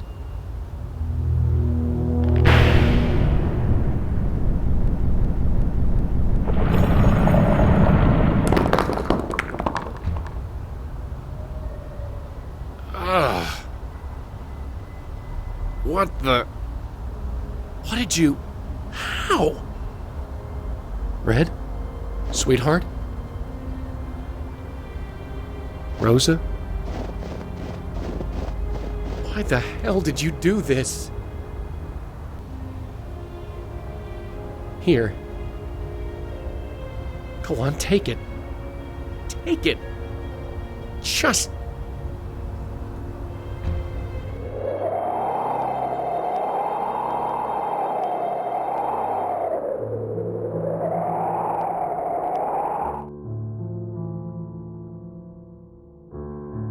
I don't see him anymore. I've tried, you know. I've looked. There was this pile-up on the West Side Highway last week, and now people say they hear crying. So I went over there. I didn't hear or see anything. I'm normal. Listen to me, talking to myself on the street. I call myself normal. Yeah, I know. Ironic, huh? Or at least I think that's irony. You could tell me, if you were here. I'm forgetting things. About being, you know, I can't even say it. It's almost as if, now that I'm alive, I can't think about being dead. I guess that's hardwired into everybody. Turns out I'm just like everyone else in the end. But I get it now. I like being alive. Is that so wrong? Is that what I'm supposed to get from all this? That life is worth living? I guess I gotta get out there and find out for myself. Goodbye, Rosa Blackwell. I don't know how long I've got, but I know I'll see you again, someday. But until then, I'll try to make this count. Okay?